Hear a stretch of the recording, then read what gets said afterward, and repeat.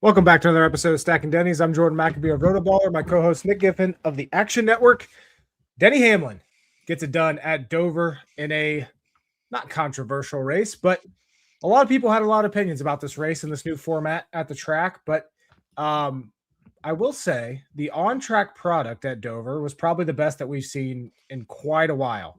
We saw tire fall off. We saw being able to pass. We saw different grooves. I mean, everything that we've kind of wanted out of a race was in this Dover race. Now, how the All-Star race itself was set up and how it turned out, you know, there was times that there was questions whether we were even going to have a full field because of all the wrecks and the way that people got locked in and you know, the inverting the field after the first stage, everything like that.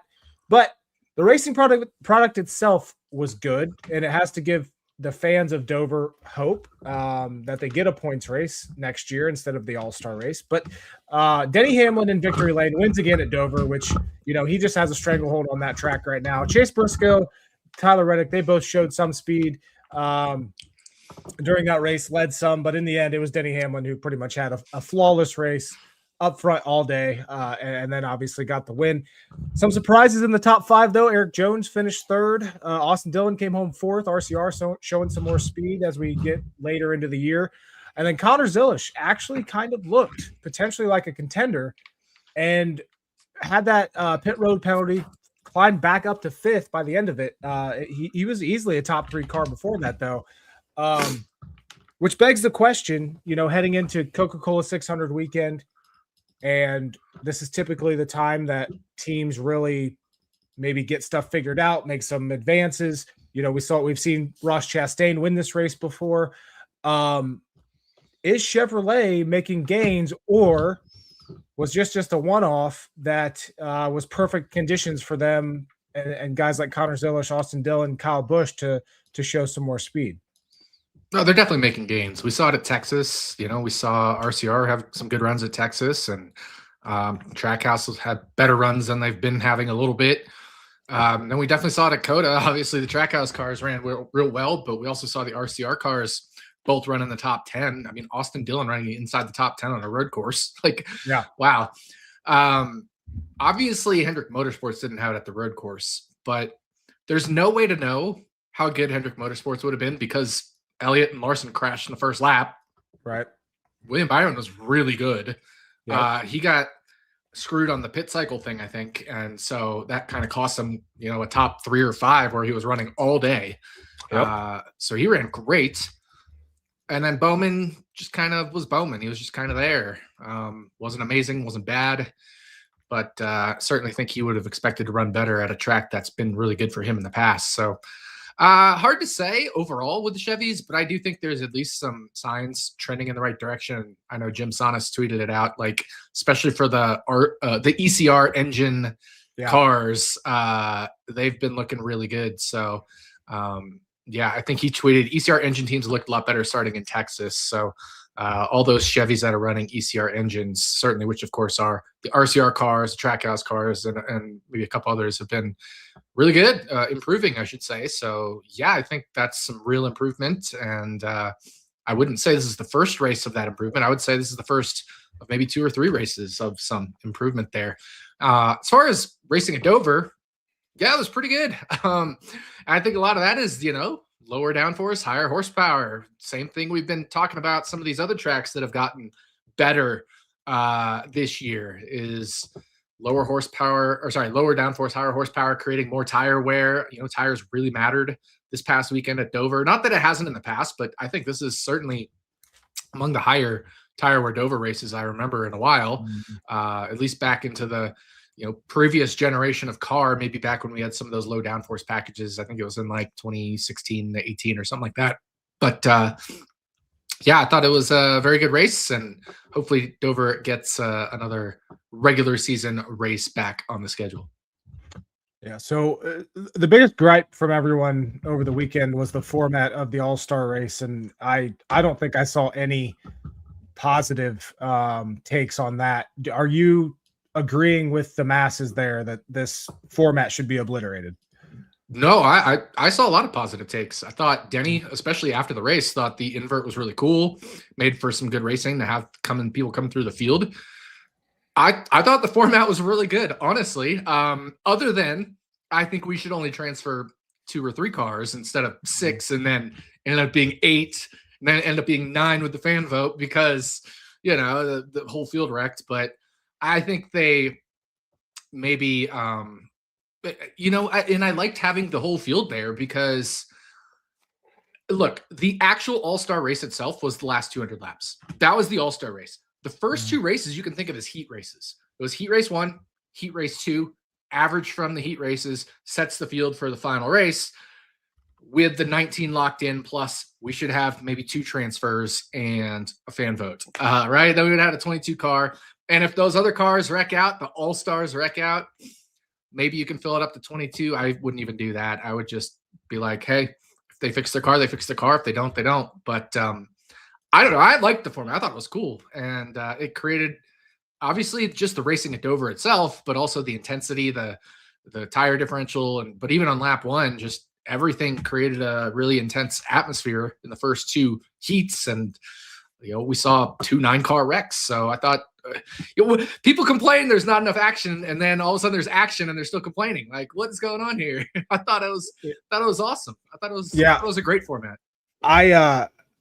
So I'm not on the same page as you as that it was a great format. I didn't love it, but I think the hate for it is so exaggerated.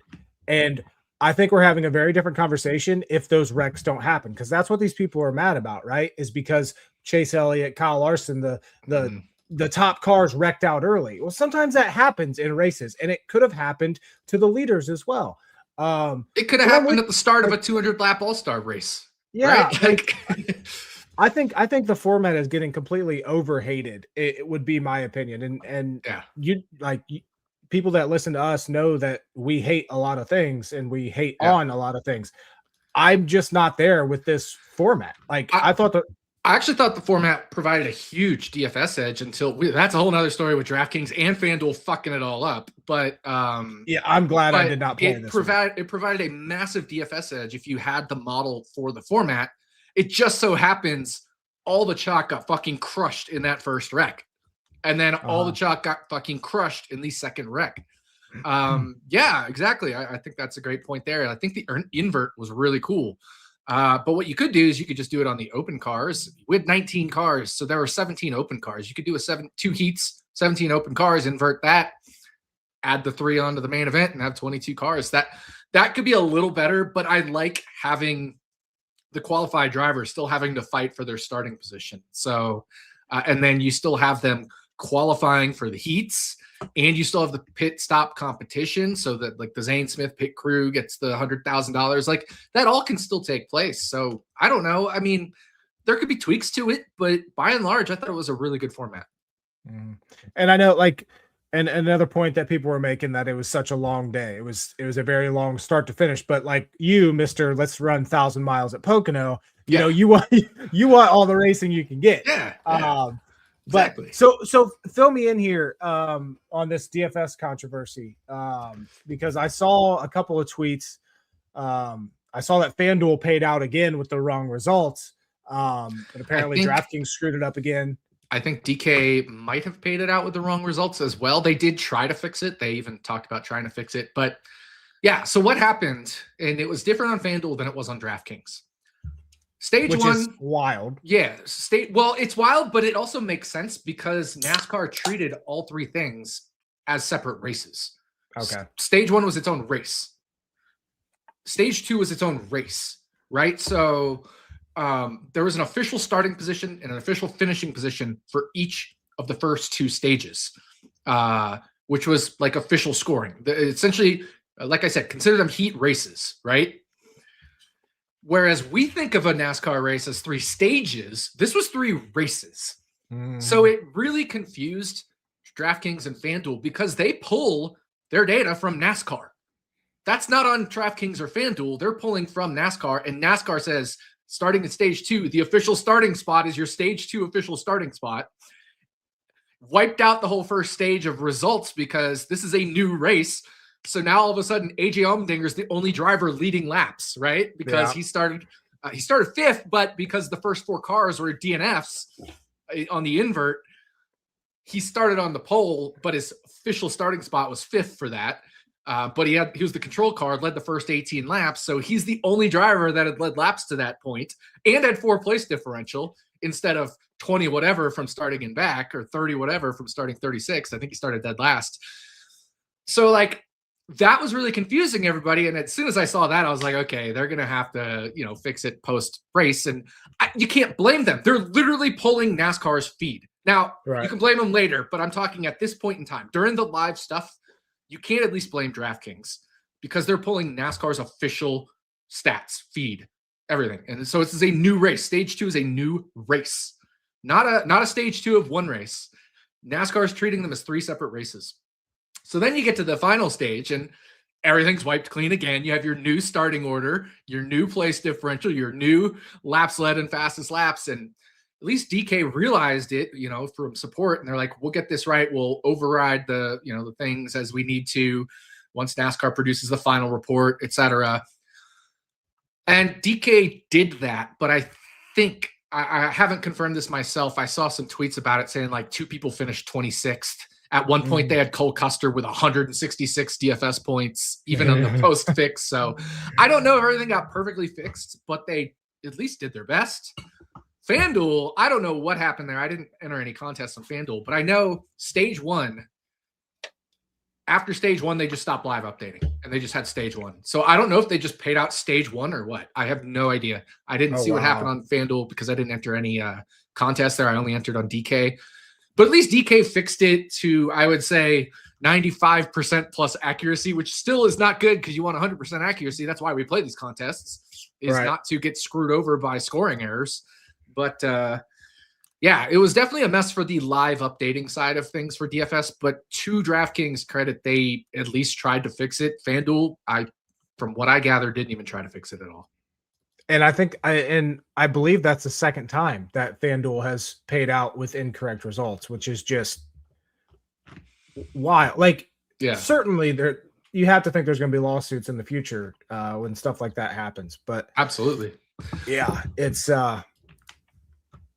interesting.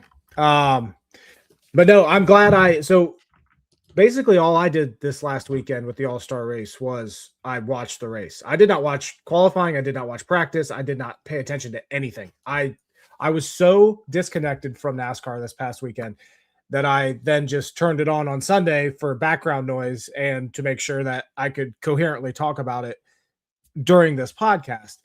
But I needed a break from NASCAR. I typically take this week as a break. And I'm kind of glad I did just because of how it turned out. Like, it was entertaining to watch. I don't think I would have been. I put a tiny bet on Zilish when he was running third because he was 22-1 live, and I wanted to see. Jinx. And then he immediately got that. That's okay. I only had one bet. It was Blaney to win, and he crashed in lap 1. So like, what are you gonna do? Yeah, Blaney was number 1 in. So I didn't do flags proper because there was 2 sets of tires, and I'm like. Some teams did like a long run and then a qual sim. Some teams split it 50-50. I'm like, I can't figure this all out. There's no way to figure out where every team bolted on a new set of tires. It's not like race data where you get the forced tire pit stop information and stuff. You can get that from NASCAR or third-party sites or whatever. But there's no way to get tire information. So I was like, I just did flags, treating it as if it was all one tire, which is not correct, which is why it wasn't published or anything. But from the not correct flags, Blaney would have been number 1. I think it was like Ross was number 2 and Zilish was number 3 in flags. Ross had his own incident. We saw how fast Zilish was. So I'm expecting Blaney would have been fast, but there's no way to know. A bummer because I thought it was just a huge edge in DFS this weekend with knowing the format, and just so happens the crash took out all the drivers that the edge was on. Yeah. Blaney's still rebounding for 13th, which was his car was so fucked though. I'm saying like that shows how good his car probably was. Is that he did finish 13th with that car was like duct taped together. But like, I think if that early incident doesn't happen and then you get the invert and then maybe Blaney, kind of dominates stage 2, it would have changed the complexion of race 3, the main event, because maybe Blaney goes out and dominates and prevents Denny from dominating, right? So like that's all factored in the model because you're not expecting Blaney to get caught into a crash in lap 1. And in fact, I did some analysis on like all-star race incident rates versus Dover incident rates and things, and I built all that into my model, and I had a pretty high incident rate. But at the same time, like Blaney was guaranteed in. He was starting so far back. We have an invert, which would help him get to the front at some point. And then stage 3 would be set by that starting lineup of the average of the two. So I figured Blaney would have a really high average of the two. I should say I didn't figure the model figured out because I modeled it as 3 separate races. Like I modeled it completely appropriately. And I was showing like Blaney was like 69% optimal nice because those other cars weren't guaranteed to get in. And I even had the logic built in where it was like, if some locked in guys get wiped out, then you add in more cars, right? Like I had all that logic built in to my model. It just happened to take out all the drivers with the edge. It was just really unfortunate how that happened. So it is what it is. That's DFS. That's gambling.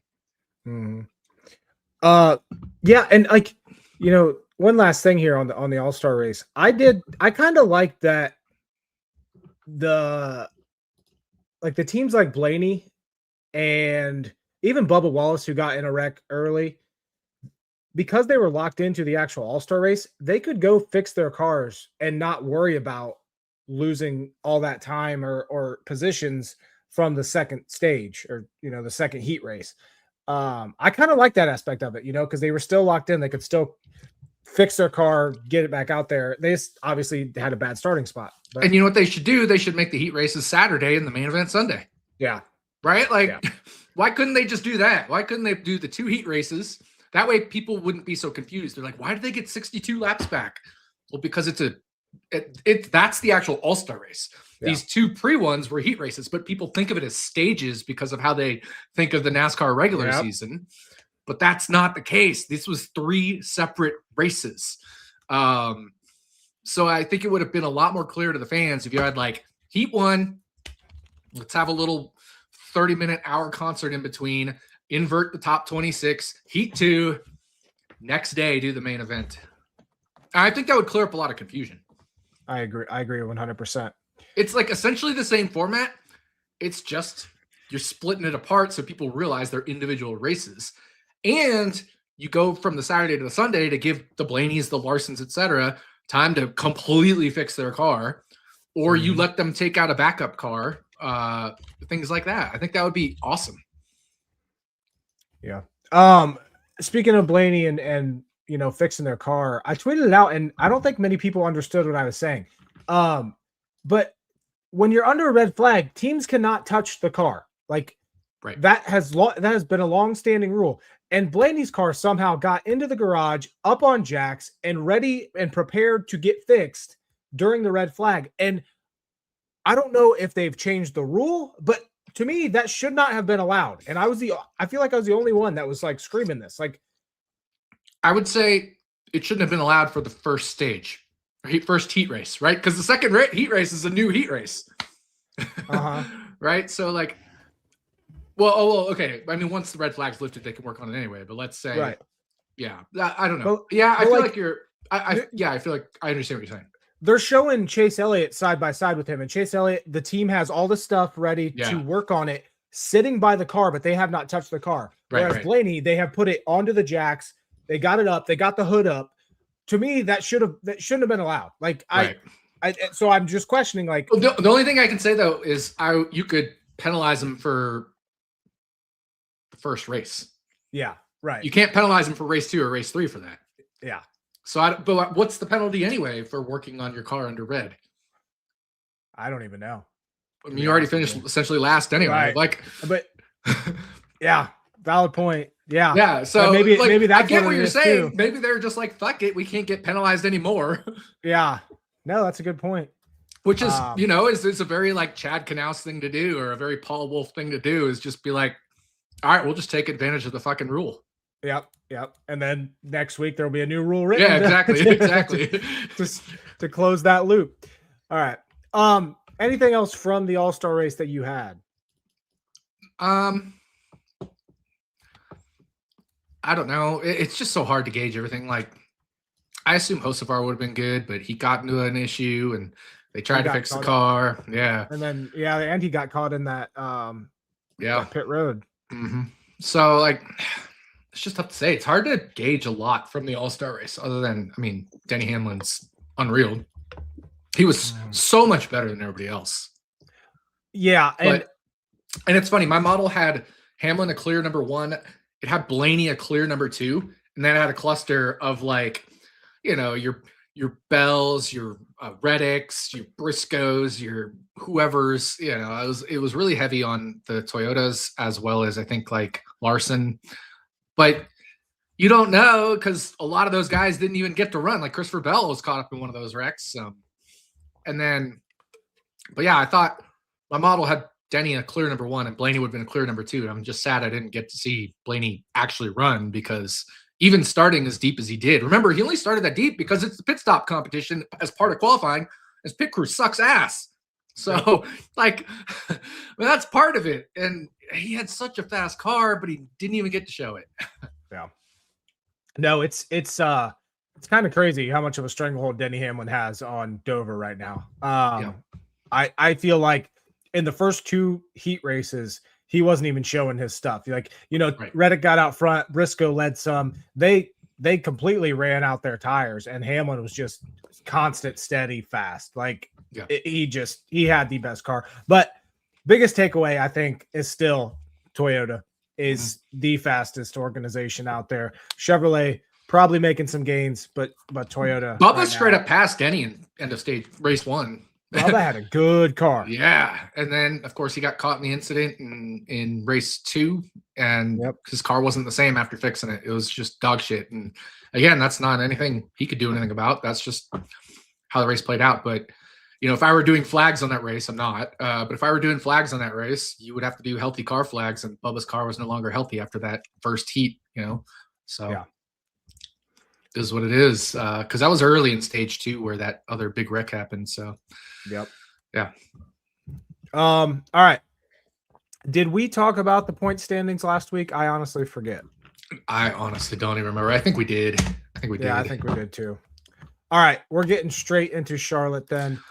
We also have to talk, or just remember, we have to talk Indy 500 because, I was going to wait till last, but if you want to definitely we'll wait till last. I'm just saying, just as a reminder, because we're skipping especially point standings talk because we already did it last week. We'll definitely add in something here with Indy 500 talk this weekend.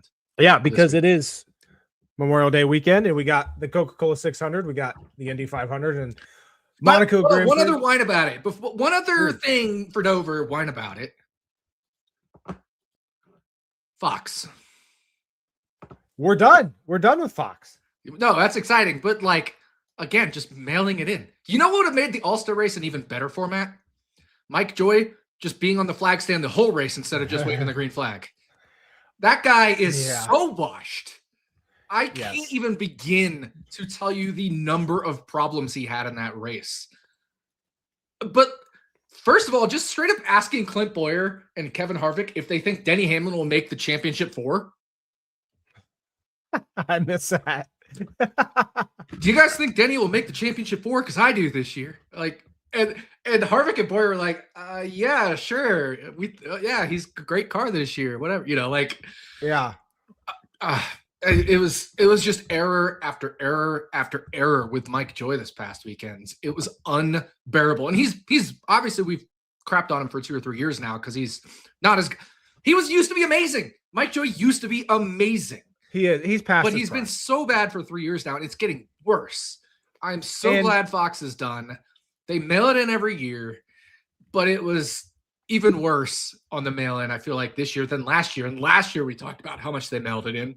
Yeah. And Mike Joy just was horrendous. The only good thing I can say about Mike Joy is he did not drop the flag on the track. Michael Waltrip. Surprisingly. I remember a tweet. He responded to a tweet when it was announced that he was going to be the honorary starter. And it was basically like, oh, you're finally retiring. And he hinted at that he's not, and that he's going to be back next year. And I was just like, God, like, please just stop. There's no way that he can he can look at his performance and be like, I am doing the best. I am doing the best job here, and that nobody could be better. It was unbearable how bad he was this past race. I could go through all the things. You can look him up on Twitter if you want, but I mean, it was bad. It was bad.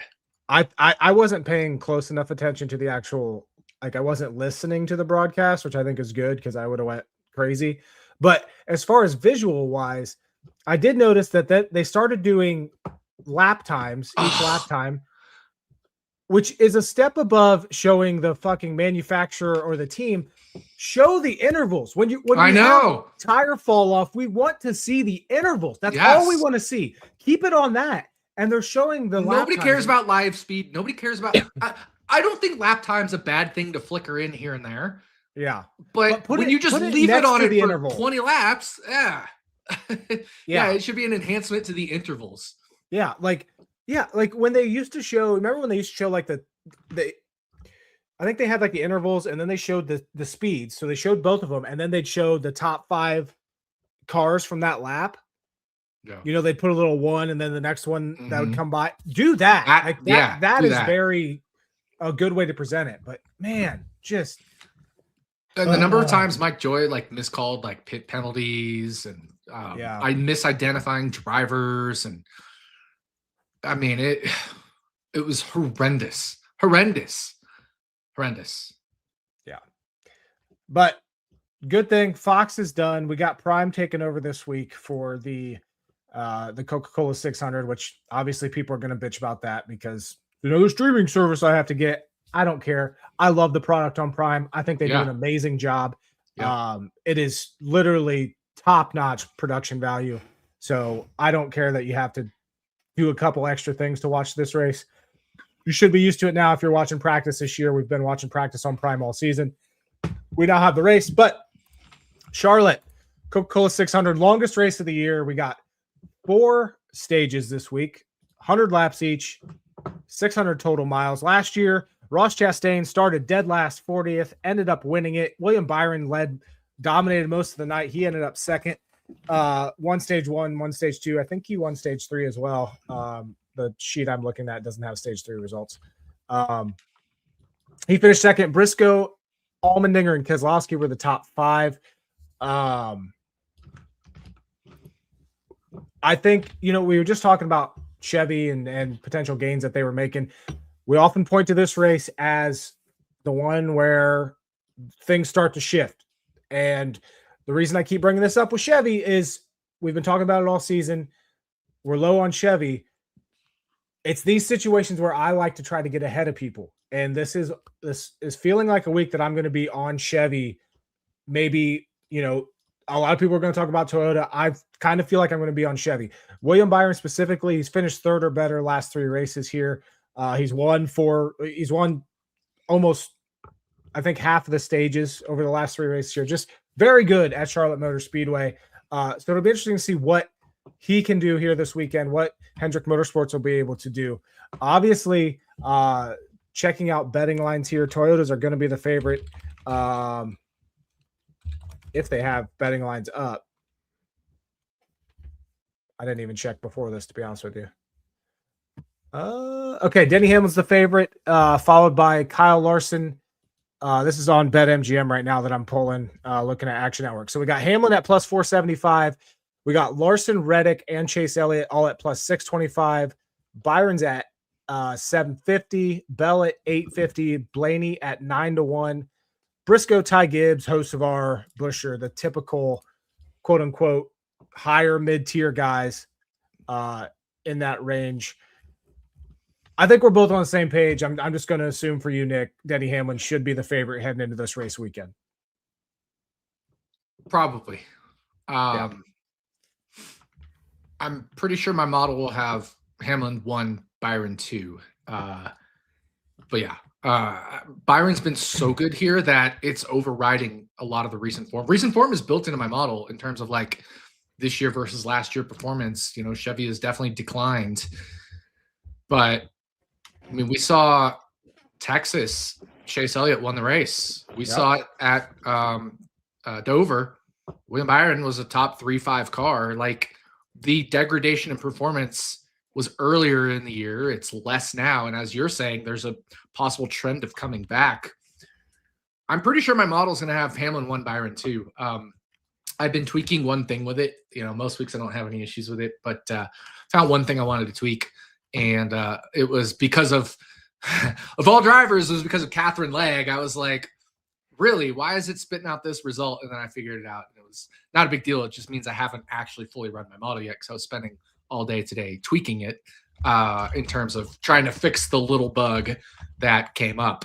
But that's part of introducing a new model on a season. When you have Catherine Legg running her first oval race of the year and you find some random bug, because she's run a whole bunch of road course races, but this is her first oval race of this year. I was able to find a new bug that I hadn't encountered yet in my 2026 model build, newly revamped model, which has been kicking ass this year.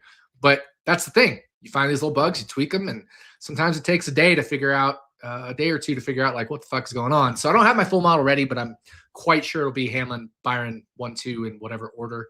I would assume Hamlin 1 over Byron, but yeah, I don't know if I completely agree Hamlin should be the favorite, just based off the fact that if Chevy continues to improve and how good Byron's been here, you could maybe say they're co-favorites, but that's me being optimistic towards Byron.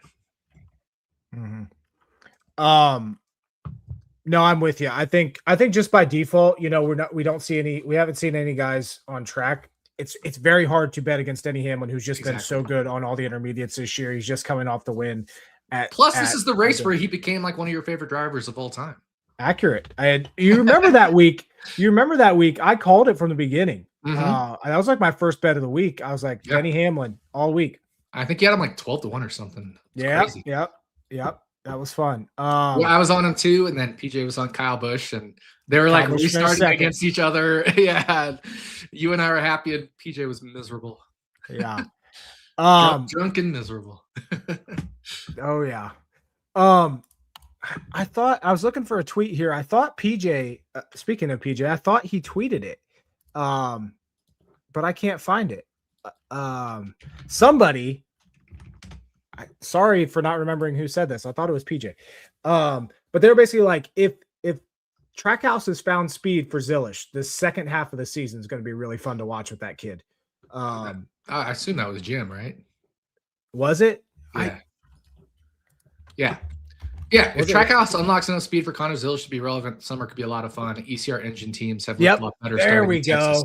Yeah, it was the same tweet we were talking about earlier. Yeah, okay. I knew I was going, for some reason I thought it was PJ. No, I think that's a very good thing. And like I said, Ross Chastain last year won this for Trackhouse. Colleague looked good with AJ Allmendinger. He qualified 5th last year, ran top 5 pretty much all day, finished 4th. Hell, even Michael McDowell had a 7th place finish last year in this race. So it was a very interesting Coca-Cola 600 top 10 last year, with Chastain winning it, but then we had Allmendinger 4th, McDowell 7th, Ryan Preece, which we know how Ryan Preece is pretty solid on these intermediate tracks. But last year, I can't believe you didn't say anything about the Ryan Preece Dover incident. The only reason that he redeemed himself for that was because he went on Twitter afterwards and said, yeah, that was my fault. But to sit there and watch that replay, anybody with a fucking eye could see that was his fault, and he just refused to even try to take any accountability. I'm like, this motherfucker, holy shit. But yeah, Ryan Preece doing Ryan Preece things. By the way, it's been a while since we've seen a fire like that. We didn't talk about that part of it. Yeah, that car was charred too. You can saw the back of that car. It was charred. That was like concerning a little bit how much fire there was. Yeah, I mean, it was also, beginning of the race, completely full fuel tank, and he got hit in the fuel cell. Like, that's gonna happen on occasion. Yeah, he took a hell of a hit as well into that wall. But yeah, sorry, you're saying Ryan Preece about Charlotte. Yeah. No, just intermediates overall. he finished top 10 last year. We've learned over the last couple of years that he's pretty solid on these intermediates.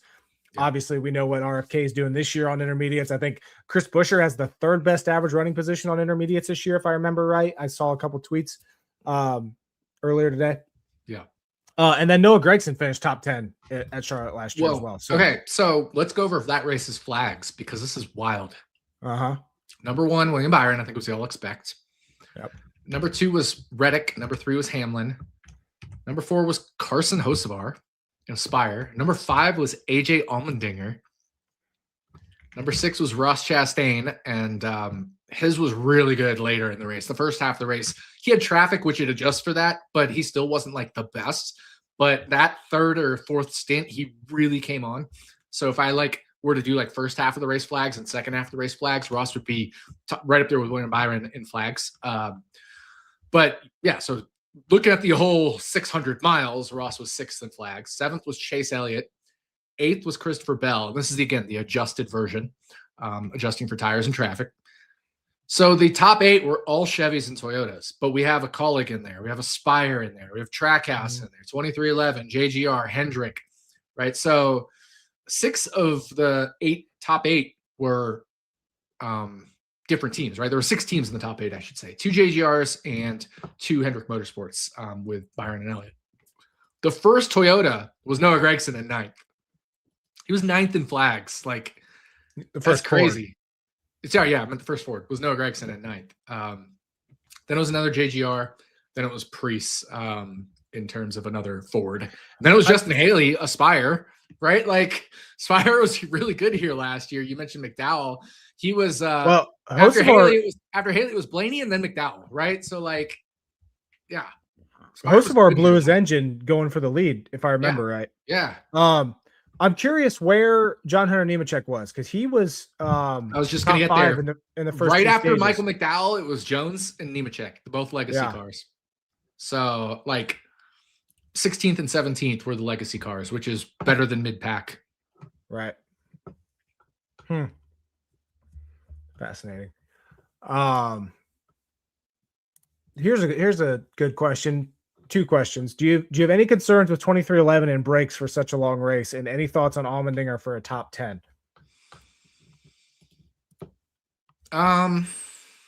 Well, obviously we just talked about Allmendinger being 5th in flags in this race last year. I certainly think there'll be potential for Allmendinger to have a top 10. We just don't have top 10 odds yet right now. So, if FanDuel or if all these books price him 3-1 for a top 10, I'm not biting, especially without the, a little bit of decline this year in Colleague and the lack of Chevy support. Now, to be fair, when I say decline in Colleague, they're still doing fine. Allmendinger is still 20th or whatever it is in points. Yeah, 20th. But it's finish. He's been finishing. He hasn't had any horrendous finishes. There's no DNFs, even though there's a 30th and 31st place finish. But he's also benefited from the Glen. He's benefited from Coda. He's benefited from 19th and 12th in the 2 super speedway races and 16th, right? His 20th place is a little flattering, I would say. I think Allmendinger is a very good example of, is this too weak to bite on a Chevy that's been underperforming? Because as far as intermediate tracks go this year, Allmendinger has been shit. He has not been good at intermediates this year whatsoever, but he is very good at Charlotte, and he was very good here last year, like you said.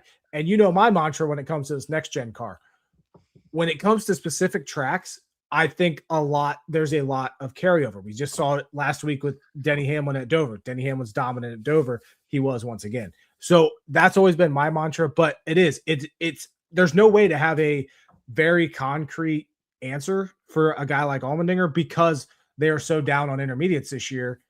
There's he's always good at Darlington, and then he was horrible at Darlington this year. Yeah, exactly. Right? It's so I know Darlington isn't the intermediate package, but I mean, if you look last year, I know finishing position isn't great, but 8th and 19th in his 2 Vegas finishes, 24th this year. If we look at Kansas, well, he DNF'd DNF'd both, but 31st at Kansas.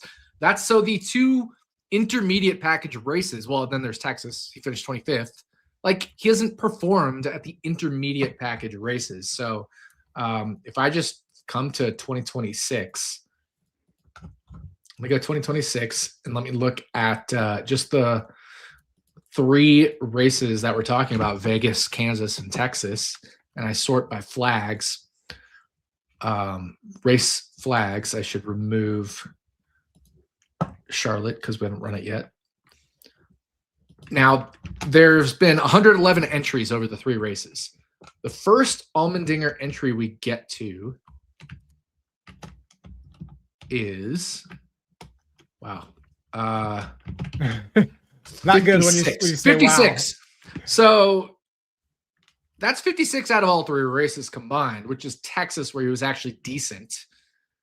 But yeah, I mean, if we're talking on individual races, let me sort it by race. Allmendinger has been in flags 26th at Las Vegas. 17th at Kansas was better, which is the one that I was like, wow, but that's still on the bottom half of all flags. And then 29th at Texas, which is a little more. Charlotte's kind of between the Vegas, Kansas, and then Texas in terms of like tire wear. So I think it's pretty fair to average them. And, you know, we're talking, like I said, 26th, 29th, and 17th. Yeah. Nothing super promising. It's just, it's the week where you see more upside, but again, I'm not going to make any declaration until I see cars on track this week. So, yep. Any concerns with 2311 and brakes, which is I won't say recurring issue, but a somewhat recurring issue for that team. I mean, again, I've always said I'm not going to try to predict mechanical issues. you're not. A, I'm not trying to predict mechanical issues, but B, you're not really braking a ton, even at Charlotte, right? Like a lot of it's more off throttle time than picking up the throttle. Whereas Pocono, you're braking because it's a flatter track and you need to really woe the car down to get through the corner. But the banking in these types of tracks helps you just stay off. It's more off throttle time than actually applying the brakes at these tracks. So no, I'm not worried about brakes here. Yeah, it's one of those things where, like, if it happens, I'm not going to be surprised, but I'm not. It is not in the back of my mind at all this week when it comes to those people. So, but yeah, so far this season, talking about intermediate tracks, we've had the Las Vegas race, we've had the Kansas race, we've had the Texas race. We have a decent amount of intermediate track data. You throw in Darlington, which is obviously super high wear. You know, as far as Charlotte goes, though, a lot of these tracks, you know, Vegas and Kansas, we look at each other, or we look at both of them and kind of lump them together.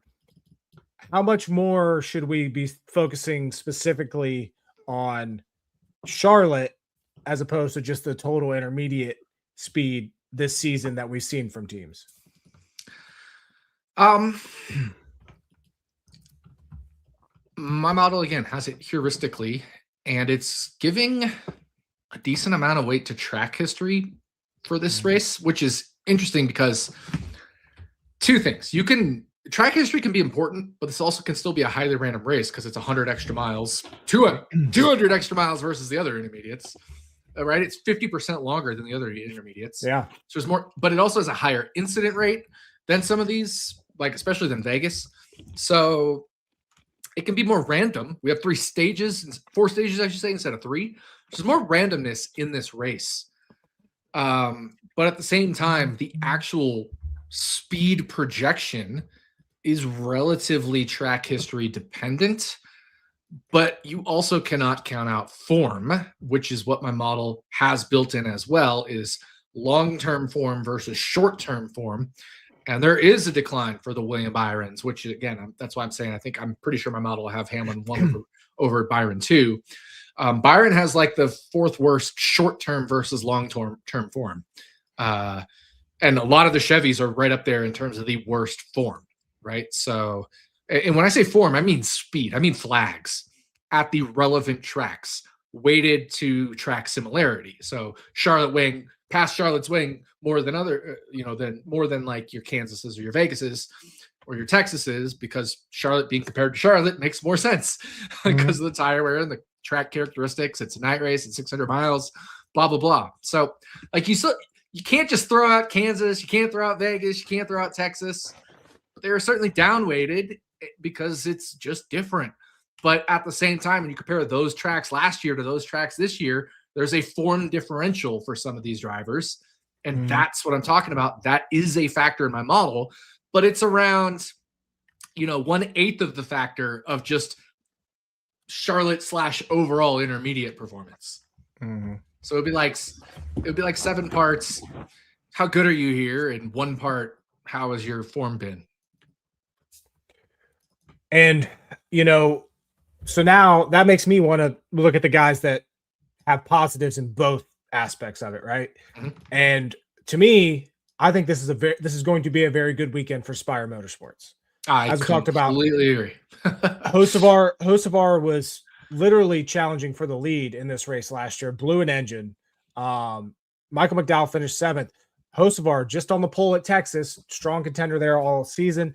We've seen Spire have speed all year at intermediate. So as you were explaining, I think this is a great opportunity to look at those guys that have positives in both scenarios. Comment here, Keselowski and Josh Berry with decent average finishes at Charlotte. Do you think they could contend for a top 10 this week? I love Keselowski this week. I think he's been sneaky good on intermediates all season, right there with RFK. The problem with Keselowski is that he does not qualify well this year, and he has not qualified well at Charlotte. But the extra 100 miles, this being 600 miles, does help Keselowski or guys that don't qualify well. Like I said, last year we saw Chastain start dead last, end up winning the race. Keselowski last year started 35th, finished 5th. Having that extra 100 miles does help when someone doesn't get as good as a qualifying effort. As far as Josh Berry, he has 2 starts here, 10th and 12th are his finishes. I don't know. I love Keselowski a lot more than I do Josh Berry this week, but obviously it's hard to ignore the Penske affiliation. My problem with Josh Berry is the fall off this year. That organization just does not have the speed that it has. Not only last year, he had good speed last year on intermediates, but even the year before he had decent speed. To me, that organization has just fallen off too much. But yeah, I love Keselowski this week. Yeah, I certainly don't mind him at all. I mean, the only issue I have is the Fords were not good here last year in general. So, yeah, they were. Noah Gragson was the best Ford last year at 9th place. Yeah. Blaney was next. I think what would we say? It was Priest next in 11th. Blaney he was right ahead of the legacy cars, which they were 16th and 17th. So he's probably 14th. I think there's another driver squeeze between them. And everybody else was in the bottom half. I mean, all the other Fords were in the bottom half. So how much do you weigh that versus how much do you weigh the current form right now? But it's funny we talk about the form thing because I just pulled it up. Colleague. I had 40 cars in this race, and then one of them was withdrawn. The Jesse Love car was withdrawn. Colleague, 39th and 38th in form. In terms of not that they're 39th and 38th in performance. I'm talking about form differential between long-term form and short-term form. 38th and 39th on this track, similar track type. Wow. So they've fallen off the most on intermediates of any team. And Daniel Suarez, number 1 in form. Daniel Suarez. Like I said, Spire is going to be good this weekend. Man, I can't. You remember what year was it? It was the year I think when we were at PJ's and Hamlin won. That Suarez led a good chunk of that dominated race. A chunk of that race. Remember, I said I was literally going to eat shit if he won, and then I was really worried about that. Yeah. Oh God. That would have been weird. No, I do. I think it's going to be a good week for Spire. But I said all that before, midweek. I was not expecting that. Yeah. Daniel Suarez could be a big surprise this weekend, especially coming off a disappointing Dover. If people are down on him, it wasn't his fault. I mean, he was caught up in those early wrecks, right? So we don't know how Daniel Suarez would have performed at Dover. But if we want to talk big team drivers, number 1 in form, and we think they might be the best manufacturer right now. Ty Gibbs. Yep. By the way, Priest number 2 if we're talking big teams. Like, so I'm not counting Spire, Front Row Motorsports. I'm talking like the big 3 or 4 or 5 teams. You know, your Hendrick, Penske, JGR, RFK. Those teams in 2311 we'll throw in there. Number 1, Ty Gibbs. Number 2, Ryan Priest. Number 3, Tyler Reddick. Number 4, Denny Hamlin. Remember, of the big teams. Ty Gibbs did win the pole here in 2024, led 74 laps. Yeah. Yeah, it's to the point that we're talking not as like a definite contender every week, but Ty Gibbs is legit this year. And nope, can't right now. You can't bet against. Okay. Daniel Suarez and AJ Allmendinger at BetMGM have the same outright odds. Give me a head-to-head between those because I will take Daniel Suarez right now. Yeah, minus 110. Wow. Both sides. Give me minus 110 both sides. I will take Daniel Suarez right now. Yeah.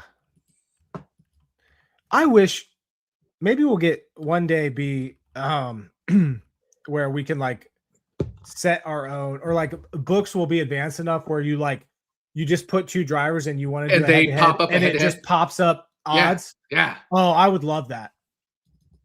I would love it, but my bank account probably wouldn't because I'd be doing the dumbest heads to heads. Like every week it'd be Cody Ware versus Cole Custer, and I'd just be betting shit boxes all the time. Yep. Okay, so real quick, let me address the Keselowski thing that we just talked about him, and I would kind of poo-pooed it because like Ford wasn't amazing, but let me just look at his flags last year because I feel like his finish was one of those, you know, didn't have speed, but just avoided all the 600-mile chaos. Yeah, Keselowski was 22nd in speed. Adjusted flags, and if I go unadjusted, 23rd, right? So he wasn't a top 20 car. He didn't finish top 10 in any of the stages. Yeah, I mean, it was one of those kind of came on late, and yeah, I mean, 20 cars only finished within 1 lap of the lead. So they're obviously in these long races, just a lot of shit happens. And we're talking only 100 lap stages. So it's not like everybody's getting lapped all the time.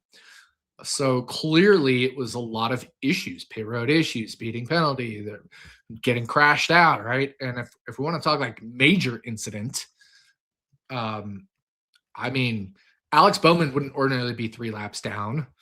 I would say at least 11 cars, if 12 cars had a major incident. I don't have the major incident numbers up in front of me right now. I can pull it up. But essentially, I feel like Keselowski's top 5 finish was a lot of luck last year. Which, you know, yeah. Definitely good fortune. You know, anybody starting 35th and the way that RFK has been running. Surprisingly, or not surprisingly, but 3 of the last 4 races at Charlotte, Keselowski started 30th or worse. That's just random note there. But yeah. And I mean, again, don't get me wrong. He obviously had late race speed because the last run was 7 laps or something. So he clearly got it right late, but he was which is kind of what early car. Which is kind of what that team does. Yes. You know, like we've seen that this year as well. They don't start very well, and they just keep getting better and keep getting better. Whereas a guy like Chris Buescher, you know, he's qualified extremely well this year and he's almost gotten worse. Like he's showed top 5 speed early in races and then kind of fallen back into the back half of the top 10 type of speed in a lot of races. A couple of questions here. Any Kyle Busch love this week? And I think this is an interesting one because he got a new crew chief, and holy shit, that coincides the exact same as the ECR engines waking up. But him getting that new crew chief, I think, is making a massive difference for Kyle Busch.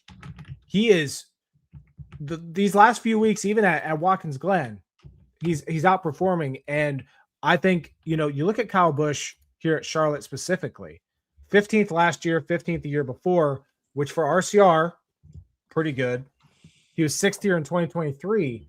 I don't think Kyle Busch can win, but I'm going to be keeping an eye on his top 10 odds this week. You have to. We talk about speed, right? And we talked about how Eric Jones, John Hunter were 16, 17. Mm-hmm. Well, in raw numbers, Kyle Busch was 19th, and then in adjusted, he was 20th. But again, that was last year when they were kind of on a downswing, and now we're thinking they're probably on an upswing. They just worked really well together this past weekend at Dover. They just had a ton of speed at Glen. And I know those are in the shorter track / road course package. But Texas, they were good, solid to good in speed. And Kyle Busch looked really good at Texas, right? So, I think Kyle Busch is ready for a solid race, especially knowing the cars in front of him last year in terms of the adjusted flags numbers are AJ Allmendinger, who we're talking about a massive drop-off. Ty Dillon was one spot ahead of Kyle Busch in adjusted flags last year. Colleague car, massive drop-off, right? So Zane Smith is not massive drop-off, but he's actually on the drop-off side of things in terms of intermediate last year versus intermediate this year. And there's no Justin Haley. Sure, it's Daniel Suarez now, but it's tough to say. But I certainly think Kyle Busch love is warranted this weekend as I wear my Kurt Busch shirt. And another reason I'm gonna like Kyle Busch, especially going into this weekend, like talking right now, and it's why I'm keeping an eye once top 10 odds drop. He should have a good qualifying draw after finishing 8th at Watkins Glen. He should have a good qualifying draw this week, which is going to help him, especially if they have that added speed. I'm with it. Not that qualifying is a massive deal in a 600-mile 4-stage race, but still, it can't hurt. Yeah, exactly.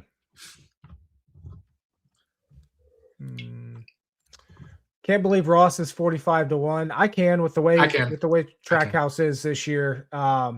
Look for Zilish with Ross's old crew chief. Zilish already running well in this race last year. Yeah, I think. Yeah, we talked about Zilish earlier. It's gonna be fun. If it depends on what you mean running well. He was 36th in flags out of 40 cars. So it depends on what you mean running well, right? Because he certainly finished better. Connor Zilish finished 23rd, ran 36. But remember, 12 cars had a major incident. So if I remove the major incident cars, Connor Zilish finished 23rd out of 28. So I don't know about, I wouldn't say running well in this race last year.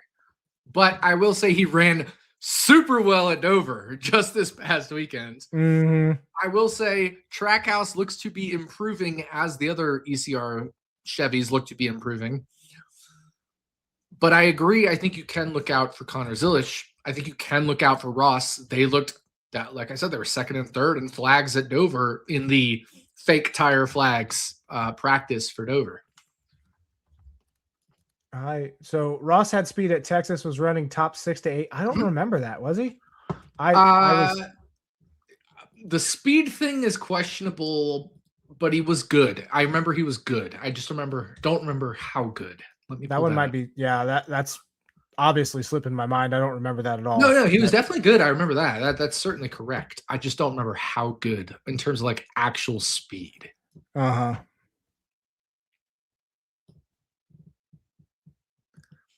I think a lot of it was track position because he ran 24th in track position tire adjusted speed, and he ran 25th in raw speed. So yeah, I think a lot of it was track position. If we look at his average running position, he and Zilish were tied for, rounding to the nearest whole number, we're tied for 21st and 22nd in average running position.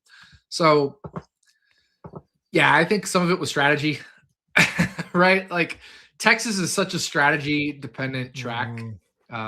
think a lot of it is strategy. Mm-hmm. It's funny because SVG was right after them in terms of average running position. It was Trackhouse, 21 through 23, I think it was. Scott here, not a question, but I'm looking forward to watching Corey Heim this weekend. I agree. Yes. We got 39 cars, I think you mentioned earlier, 39 cars in the field this week. He's back in the 67, coming off a top 15 finish at he led a bunch of laps at Texas and then got caught up in that wreck. But before that, he finished 15th at Kansas. So yeah, I think, and Heim's one of those guys that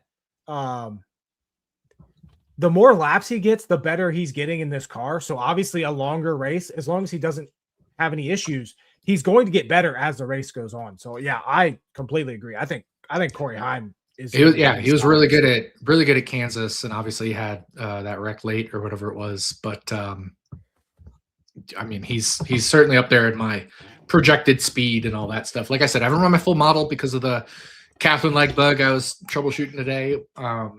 Which has a knock-on effect on everything else. Not because it raises Catherine leg or declines Catherine leg so much, but it actually affects how all the others are calculated as well in terms of their distributions and stuff individually, because the change I make to leg has to apply to all the drivers. And while it's a bigger change for leg, it's a smaller change for all the drivers. It's still a change for all the other drivers. So it's basically like reweighting things, because I found out I had a incorrect weighting for small sample size on certain drivers, and when things get shrunk by having more data points, it matters less to all those other drivers, but it doesn't matter zero. You know what I mean? Mm-hmm. Whereas a driver with very few races, you shrink things more towards an expectation, and the expectation being, for me, the team's expectation. What team is she racing for? Because it's hard to measure the driver quality. So how is Catherine Legg's driver quality relative to her equipment? Is she an above average driver in that equipment or a below average driver in that equipment on this track type or on these similar tracks? We can say that about the road courses because we have enough data on her road courses. I think she's run like 5 or something like that on road courses with that team, the Live Fast Racing. But we don't know how to say that about an intermediate track yet relative to other drivers that drive for that team. So you have to shrink her more. Other drivers, you shrink less, but the way I had to update her shrinkage, I know it sounds weird, but you have to update every other driver in the field shrinkage too. It just matters less because they have so much more robust data. So they're all super negligible, but it's not zero. Lots of nerd stats talk. So a couple good questions here. Can anyone explain to me why Bubba Wallace can't figure it out? Has a fast car and team. And then second question, will Bubba Wallace get a win this year? And I agree. There are so many weeks that Bubba Wallace has so much speed.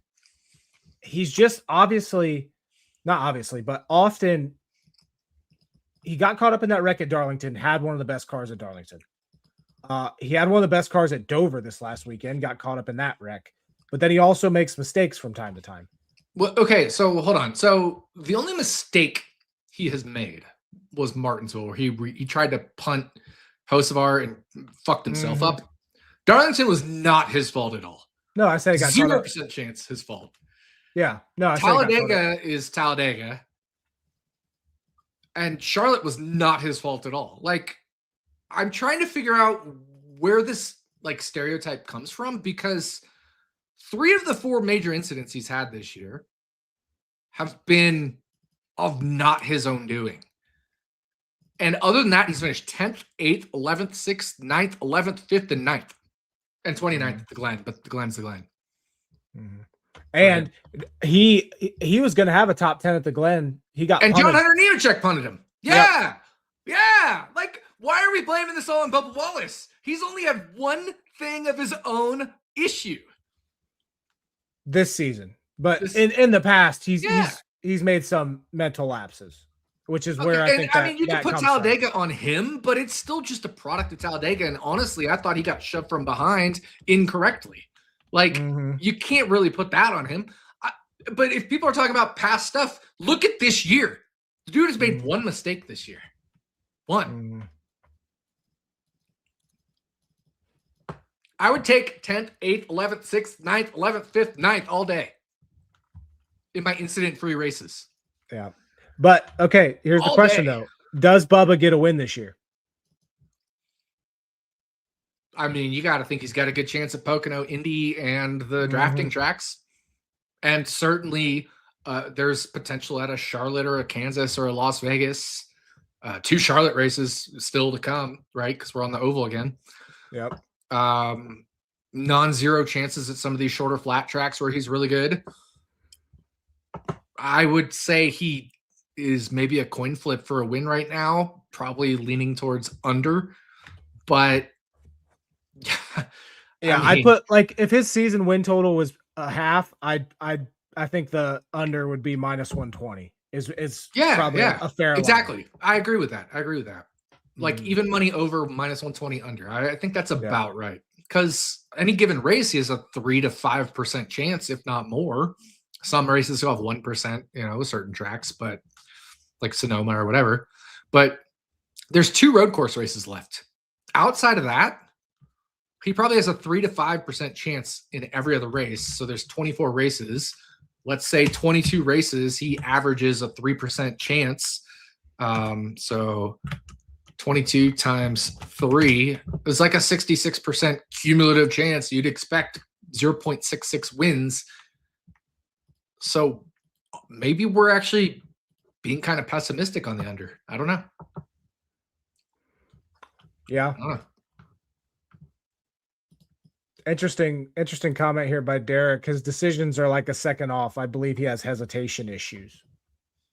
I just think that's some people's perception. I don't think so. I mean, he just passed Denny Hamlin for the lead at Dover, and then got caught up in a wreck of his without his own doing. I mean, there's nothing you can do when cars are wrecking in front of you. The wreck avoidance is one of these like way overrated things. A lot of 99% of that is luck. Well, and a lot of it's to do with the spotter as well. Yeah. But even then, even with or without your spotter, it's still luck. Almost massively. I'm talking about when they're all wrecking in front of you. You're not even listening to your spotter in that moment. You're just going off what you see. Let's be real. Wreck avoidance is such an overrated trait. Look, Bubba Wallace has made one mistake this year. One. In 12 races. I'm not saying he's amazing. I'm not saying he's unbelievable. But I think we have 3 comments questioning, talking about him negative, and it's like, the guy just won Indy last year. The guy in his non-incident finishes is a 6th to 11th place car, 5th to 11th place car every week in finishing. I'm just a little baffled by he's 10th in points, even with 4 bad finishes. I don't know. 3 of which weren't his own doing. I don't know. I'm just a little puzzled. I think as far as a win goes, I lean toward no, but at the same time, I'm not. The speed is there, and like you said, like Indy just won it last year. I'm not going to be surprised, but it's one of those that I'm not going to bet. I have no interest in bet. I don't have a hard decision either way. He's 7th in stage points. If you want a true gauge before all the incidents happen, I mean, the dude's 7th in stage points, right? Like, we're talking about a guy who's 5th to 11th every week. Pretty much every week. Obviously not every week, but pretty much every week he's 5th to 11th.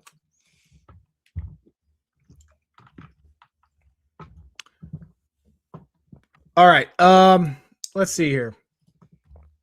You know who's not 5th to 11th every week? Joey Logano. Yeah, that was actually another comment up here. What's going on with Joey Logano? Why does nobody talk about what's wrong with Joey Logano? We all talk about what's wrong with Bubba Wallace. Why is nobody talking about what's going on with Joey Logano? There, see, we got one. Thank you. Thank you. Thank you. My model hates Joey Logano this week. Again, I don't have the full version, but I can tell you right now, my model will not be high on him. Yeah, he has not. So his last 5 Charlotte starts 17th, 14th, 21st, 20th, and 17th. And obviously we've seen how he's ran this year on intermediates. Not good. Yeah. So and the difference between Joey Logano and Chase Briscoe, they're sitting 17th and 18th in points, is Chase Briscoe has shown the big upside. They're so inconsistent, but like outside of Martinsville, Joey Logano has not shown big upside at all. And we expect him to be good at like if there's any track that he's going to be good at, it's Martinsville. Yeah, outside of super speedways, yeah. Yeah. But even then, like, I mean, we talked about it at Talladega. The guy wrecks out constantly from super speedways. It's so funny because he's 12-1 every fucking super speedway race, and the dude is like a 60% DNF guy at super speedways. And I'm not talking wreck avoidance or anything. Certainly, it's just how it's gotten caught up. But when you're a 60% DNF guy and you're 12-1, it just doesn't make sense.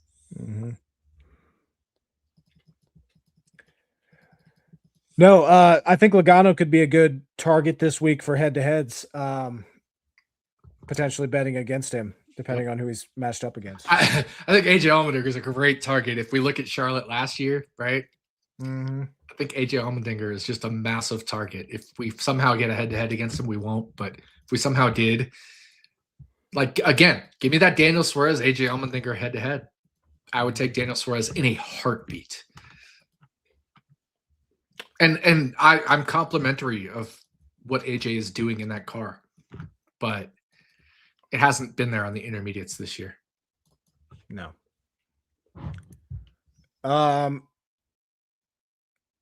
Let's see. Who else you want to talk about here?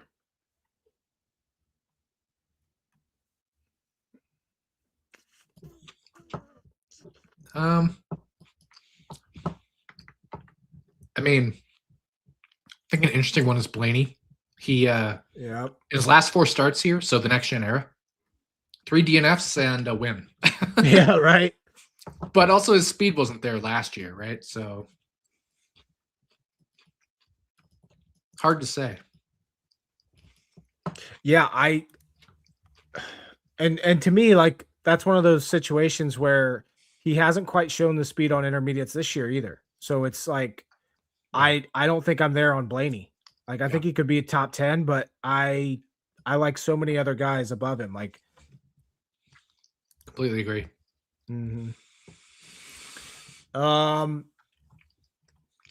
right. So speaking of people that aren't doing well and kind of in a rough patch, Christopher Bell. That's a good one. That's a good one. Last 1, 2, 3, 4, 5 races. Fuck it. 6 of the last 7, he has finished 19th or 17th or worse. Outside of the top 20 in 4 of the last 5.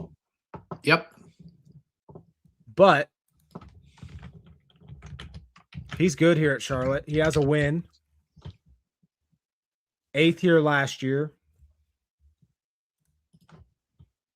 Obviously, was it Texas that he wrecked out in the lead? Yep. Gilly took him out.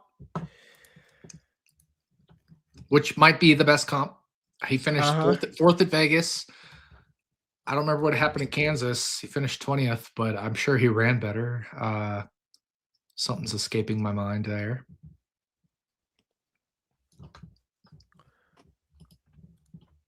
I think he had that. I don't know. Maybe not. Didn't he have pit road contact or something? I don't remember. Yeah, he finished 5th in both stages. Led 47 laps. Right, so the intermediate speed is there.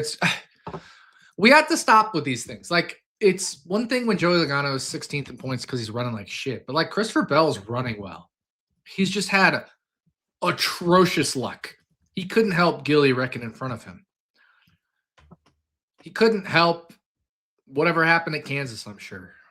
Maybe he could, but I don't know. I remember at Bristol, like something happened again at Bristol. I don't remember what it was, but he got caught up in. He hit the wall because he started at the back of stage 2 because of a pit penalty. So, I mean, like, that's on him, but he was like the 3rd or 4th fastest car easily. Christopher Bell is constantly a top 5 car. We don't need to worry about what's wrong with him. He's going to be a top 8 car at Charlotte, I would assume. Yeah. In speed. That doesn't mean it's going to finish top 8. Finishing position obviously matters, and that is factored into my model. Are you finishing better or worse than you're running? That's not negligible. That's certainly a part of the model, but the vast majority of my model is based off of how are you running, because a lot of that luck stuff evens out in the end. We make so much of like a 4 or 5 race bad luck streak or good luck streak, and that's where the edges come in. You have 6 races of bad luck, all of a sudden your odds are inflated. I'm fucking pounding it. All right. Yeah, just a lot of bad luck for Bell. Absolutely. Yeah, we can't do a podcast and not talk Gilly. Yeah. Kyle Larson. What do we think about Mr. Larson this week? That is the biggest question mark. One of the biggest question marks. I'm not high on him. You're not high on him. We saw he was good at Vegas and Kansas, but those have higher tire wear. He wasn't good at Texas.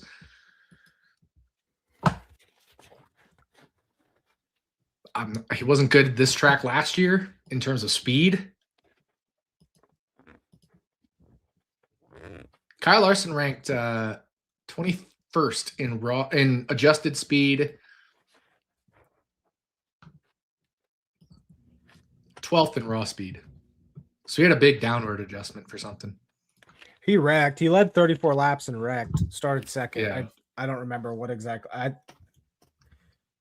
Last year's Coca-Cola 6. I remember Chastain winning, and I remember Hocevar blowing up. But I remember Byron dominating. But yeah, no. But Larson, again, my thing only counts healthy car laps, so he just wasn't up there.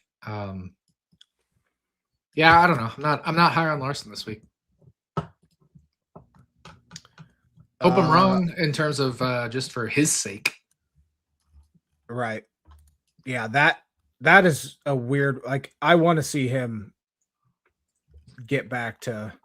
And we talk about how that team gets better within the race, but that was past years. This year they haven't done that. Nope.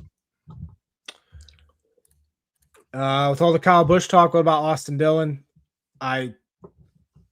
Charlotte's always been a good track for Austin Dillon, and if they actually have a little bit of better speed, I absolutely think that Austin Dillon can run top 10 this week.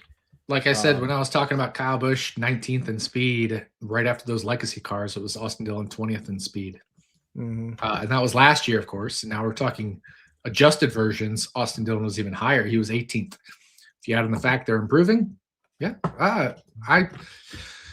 I think you have to consider all the ECR engine cars a little bit better than maybe they've been running this year. Look a lot, and you and I talk about this every year. Race 10 to 13 is where things flip, and we're seeing that flip with at least that subset of Chevys.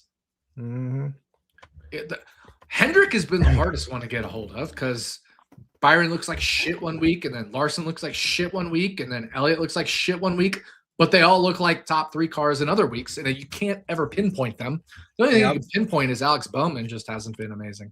But other than Texas, where he finished 3rd, and I laddered him.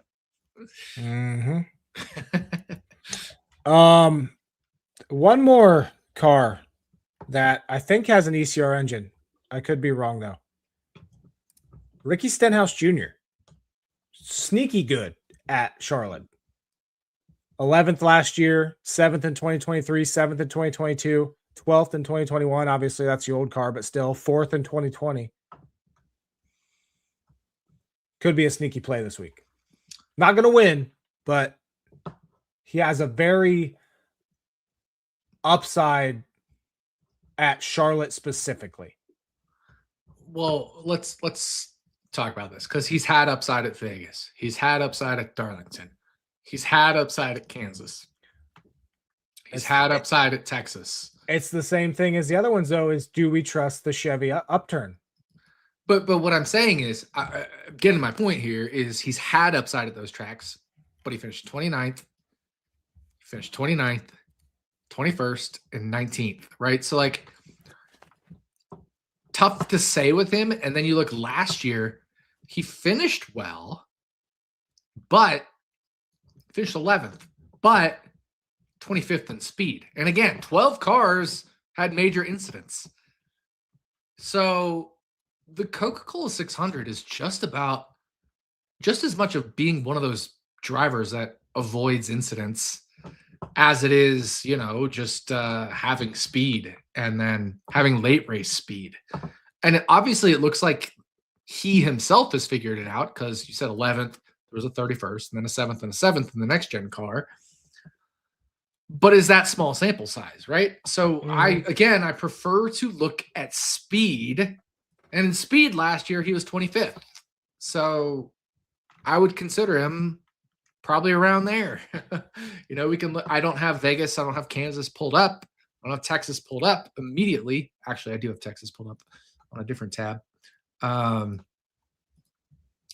was Stenhouse's Texas speed? 20th, right? So,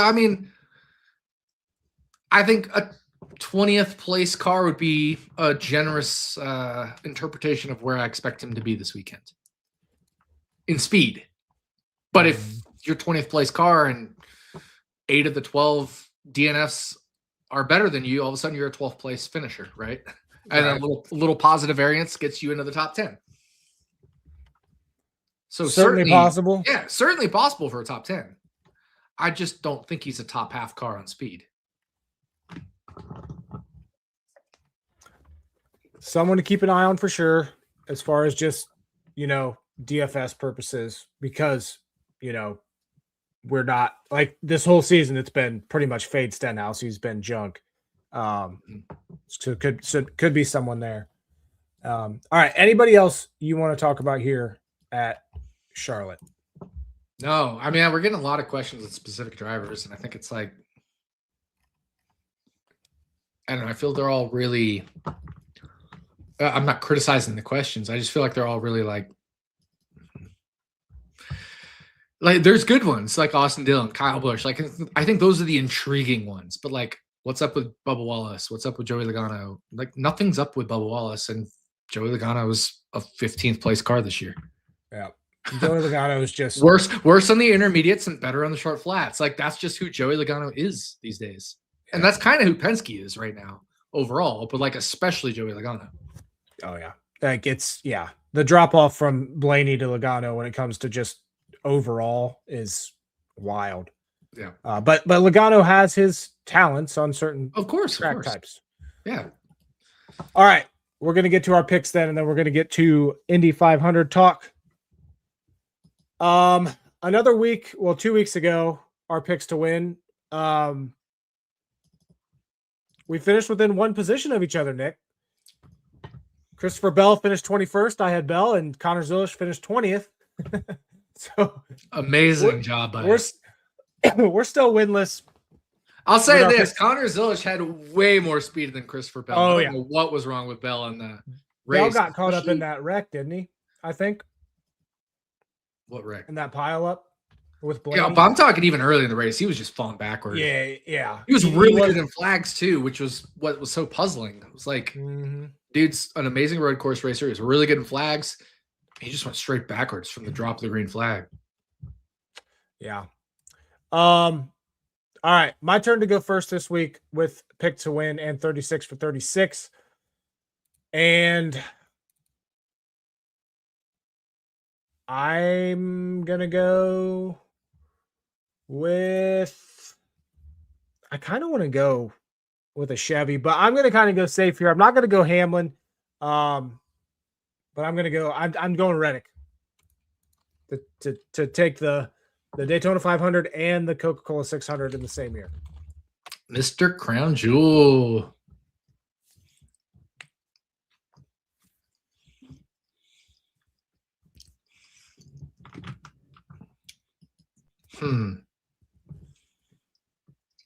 If you say it's been a while since you've picked Christopher Bell, it's been almost a month. I'm not picking Christopher Bell. I can already guarantee that. This race is so wide open in some ways. Give me Chase Briscoe to win. Oh, see, Briscoe was my second pick. That's funny. For me, it was Reddick, Briscoe, and then I was going to sleeper pick Hocevar in there. Yeah. Oh no, I like Hocevar too. But you remember the year when we were talking about with Daniel Suarez leading the laps and Miyu and PJ hanging out? Briscoe led a lot of that race too, or was running up at front of a lot of that race too. And now he's in a JGR. And James Small has nailed the setup here before. Yeah, I like that. And I feel like they're starting to click a lot. So definitely like that pick. I like that pick a lot. Like I said, it's going to be my second pick. 36 for 36. We both had Allmendinger at Watkins Glen. Got us 36 points. 36 for 36 for 36. I am within 13 points of you. Man, this one's tough. I kind of want to go Byron this week and just go with the guy that's been knockout here the last 4 years. But I also want to go Toyota. Maybe I'm thinking maybe Briscoe, maybe I burned my Reddick here potentially. I think I'm gonna. Oh man, this is tough.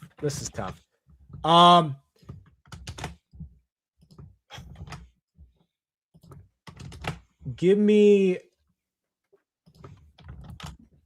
shit.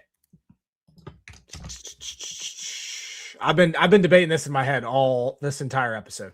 I'm doubling up here. Pick to win Reddick. I'm burning my Reddick in 36 for 36. Burning my Reddick.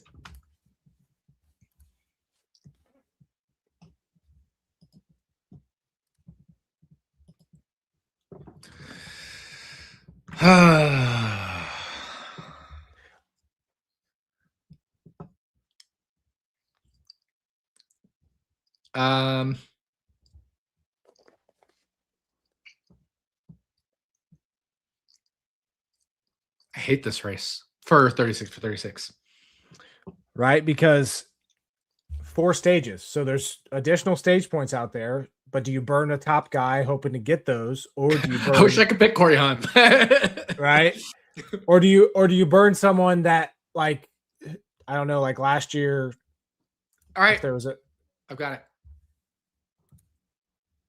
Ross Chastain. Whoa! Did not expect that at all. Why not take last year's winner? I know I'm for it. I did not think that you were going to take that at all. That's where else am I going to take Ross? I know.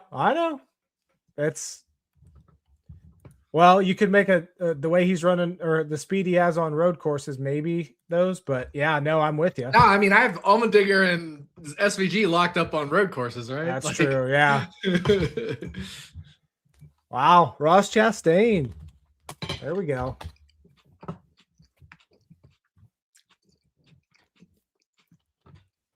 I'm very backloaded on top drivers. Yes, you are. You're going to have a hell of a. It's kind of like what I did last season. Yeah, you did. I got my shitty drivers out of the way early. So, but yeah, I'm going the route of I'm hoping Reddick gets me a bunch of stage points this week. But the point I was going to make before was, do you take a risk of maybe like a Chastain or someone that could qualify well, get stage points like Gregson last year would have been a great pick at 36 for 36. Unreal last year. Yeah. Or Allmendinger. Honestly, Allmendinger finished unreal and ran unreal in every stage last year. Allmendinger got 49 points last year. Yeah, that's probably his highest of any single race. Yeah. Like if you can find that, if you can pull that out of your bag, holy shit. Yeah. All right. Let's talk some Indy 500 before we wrap up here. Qualifying was this last weekend. Alex Palou, defending race champ, will start on the pole. Your boy Kyle Kirkwood, where did he qualify back? Well, so he qualified 26th, but he moved up a spot because of a DQ in qualifying. There were 2 DQs in qualifying. One qualified behind him, one qualified ahead of him. But actually, 41 seconds ago on Twitter, Ed Carpenter Racing announces Alexander Rossi, who had a huge crash in practice today. Huge. Underwent successful outpatient procedures to repair minor injuries to his left hand and right ankle. The number 20 car driver remains under evaluation with the intent to compete in Friday's Carb Day practice and Sunday's Indianapolis 500. So it sounds like Alexander Rossi good to go for the Indianapolis 500. We hate to hear he had any injuries, but we love to hear minor injuries to his left hand and right ankle, given how huge that crash was and the fact that he had to go to the hospital. Yeah, so Pelot's on pole, Rossi second, David Malukas third. Give us a preview. You're the IndyCar guy. I don't know much about this series, so the stage is yours. Okay, so I think it's no surprise that Alex Pelot is A, the race favorite, B, he won the pole, right? Like all this stuff. But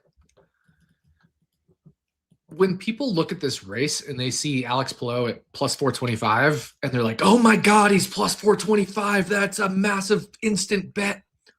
No, it's not. No, it's not. This is the Indy 500. This is the most random race on the IndyCar schedule.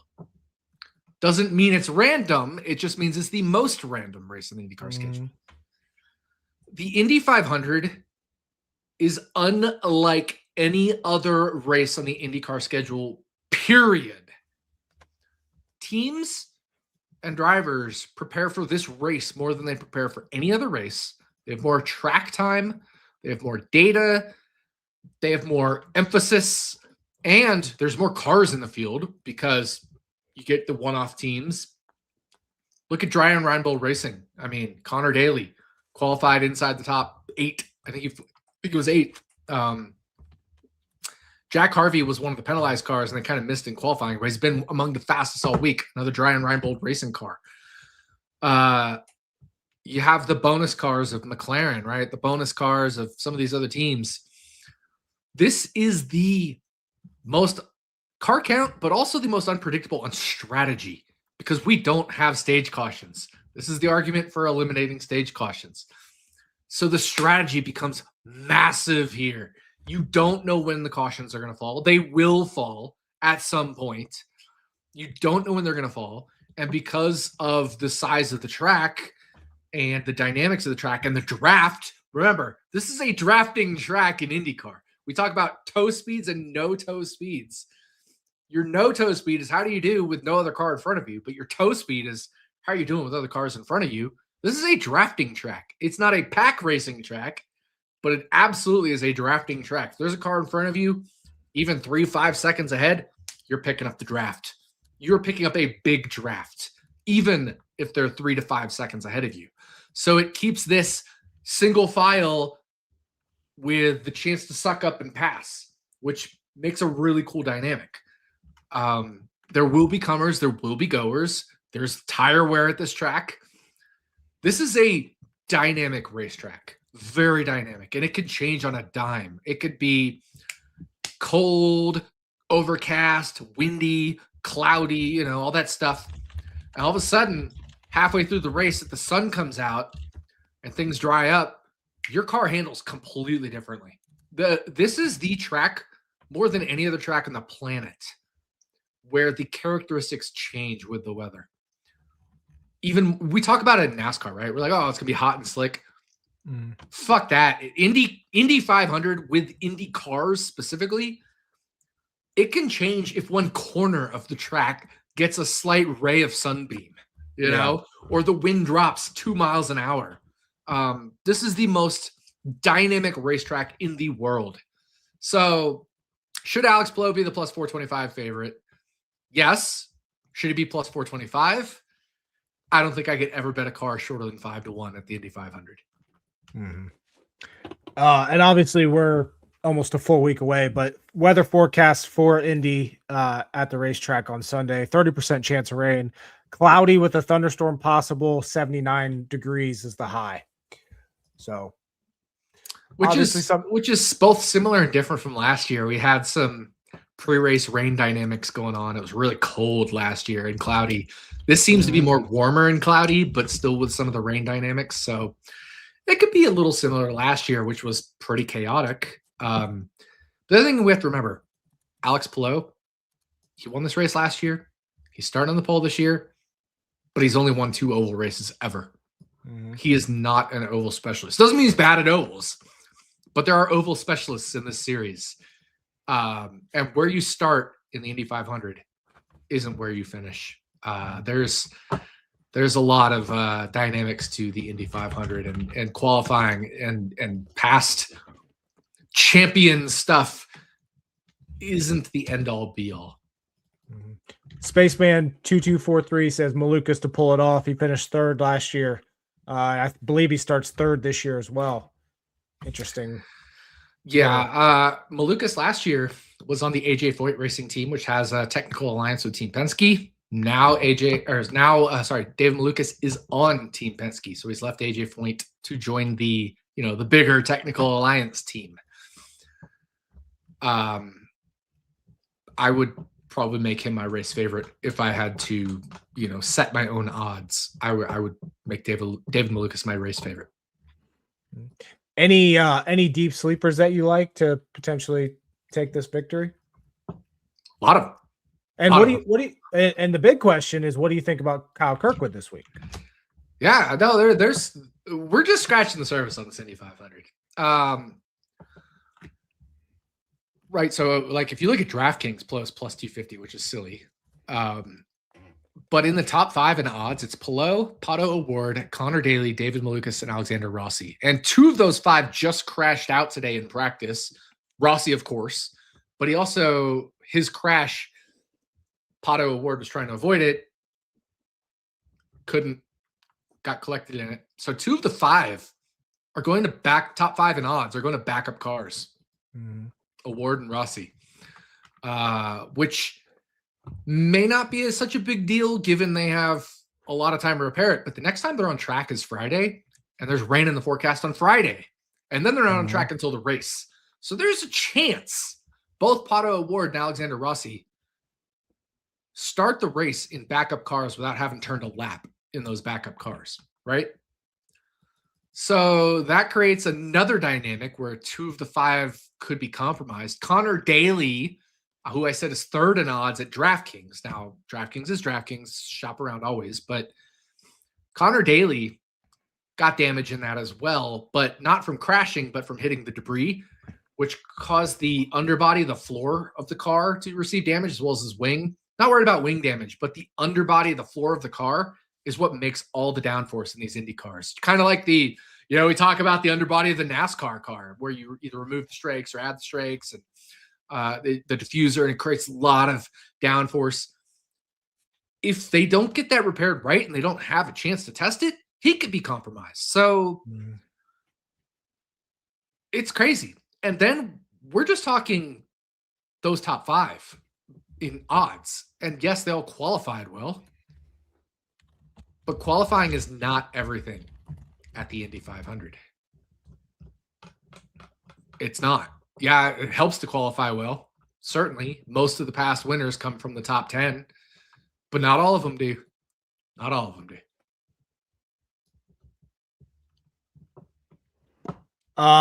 Yeah, looking up DraftKings odds here, Kyle Kirkwood 30-1. Since when did they do win play show on? I don't like that. They've been doing that for IndyCar for a year now. Don't like it. But I'll say this, there's a lot of betting opportunity that's going to be coming up later in the week. Right now, books have outrights or like top 3s. I don't know if any have top 5s, but there's going to be trifecta boxes DraftKings had last year, kind of like horse racing. There's going to be all sorts of head-to-heads, groups, whatever. There's going to be a bazillion IndyCar bets out there later in the week. So I'm not betting right now. I'm waiting. I want to build the best betting card I can build and bet. And that means not overdoing it right now on outrights when these books are juicing outrights insane. I mean, Alex Palou plus 250 to win, but we still have 7 drivers 10-1 or shorter. Like, it's crazy. Yeah. So that's just on DraftKings. Now other books are doing other things, but no, there's no reason to rush to the window here. There's going to be a gazillion bets, and you don't have to bet on the race winner to make money. I didn't bet Alex Palou to win this race last year. I made 9.5 units profit on 7 units risked, I think it was, for 134% ROI. You don't need to bet the race winner to make money in this race. So the better thing to do is wait it out. There's still carb day on Friday if the weather cooperates. And if not, you adjust for that. You adjust the fact that mentally, Pato O'Ward, Alexander Rossi, Connor Daly don't get a turn laps in their backups or floor adjusted cars. And this race is insanely wide open. You asked about long shots. And again, we'll get to the Kirkwood answer in a little bit. But like, Santino Ferrucci has one of his best starting positions of his career in the Indy 500. And he's never finished outside the top 10. This is his best shot to win it all. Felix Rosenqvist had the fastest car in qualifying up until the final round of qualifying, and it wasn't even close.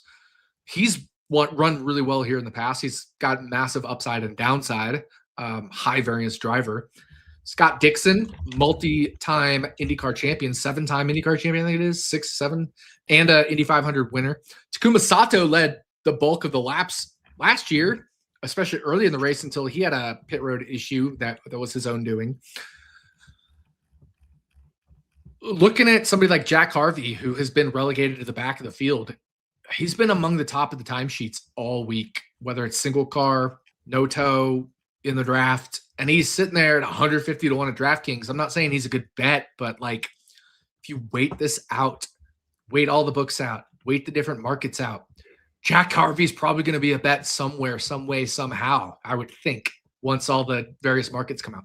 Christian Rasmussen, 30 to 1 right now.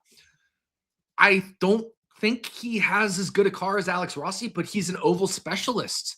He is a guy I bet 2 years ago in this race at 80 to 1 and shined as a rookie. He now has won an oval race and was the dominant car at the only other oval race this year. Kyle Kirkwood. Let's get to him. 30 to 1 odds right now, DraftKings. Horrible in qualifying trim. And it's funny because earlier in the week in qualifying trim, he was unbelievably good. But as soon as he turned up the boost, for some reason, it didn't pop for that car and for all the Andretti cars. So Andretti had a horrible qualifying, as they have had for 2 years in a row. So this isn't anything new to the Andretti camp. Yet last year, Andretti finished 2nd and 6th in this race. Marcus Ericsson 2nd, Kyle Kirkwood 6th, before they both got disqualified. But crossing the line 2nd and 6th, right? And there was no performance advantage from the things. It's just kind of one of those technical rule violations. This race is wide open. I cannot stress it enough how wide open this race is. I will say, I do think Ryan Hunter-Reay is going to be overrated. He's 60 to 1 right now, and I think he's going to be overrated. That car has looked like dog shit all week. And he had an amazing race last year for the smaller team, Dry and Rumble Racing, that Jack Harvey and Connor Daly are racing for now, that I've talked about both of them. And so he goes to McLaren, and you're thinking like, okay, McLaren upgrade, amazing race last year. Everybody should be high on him.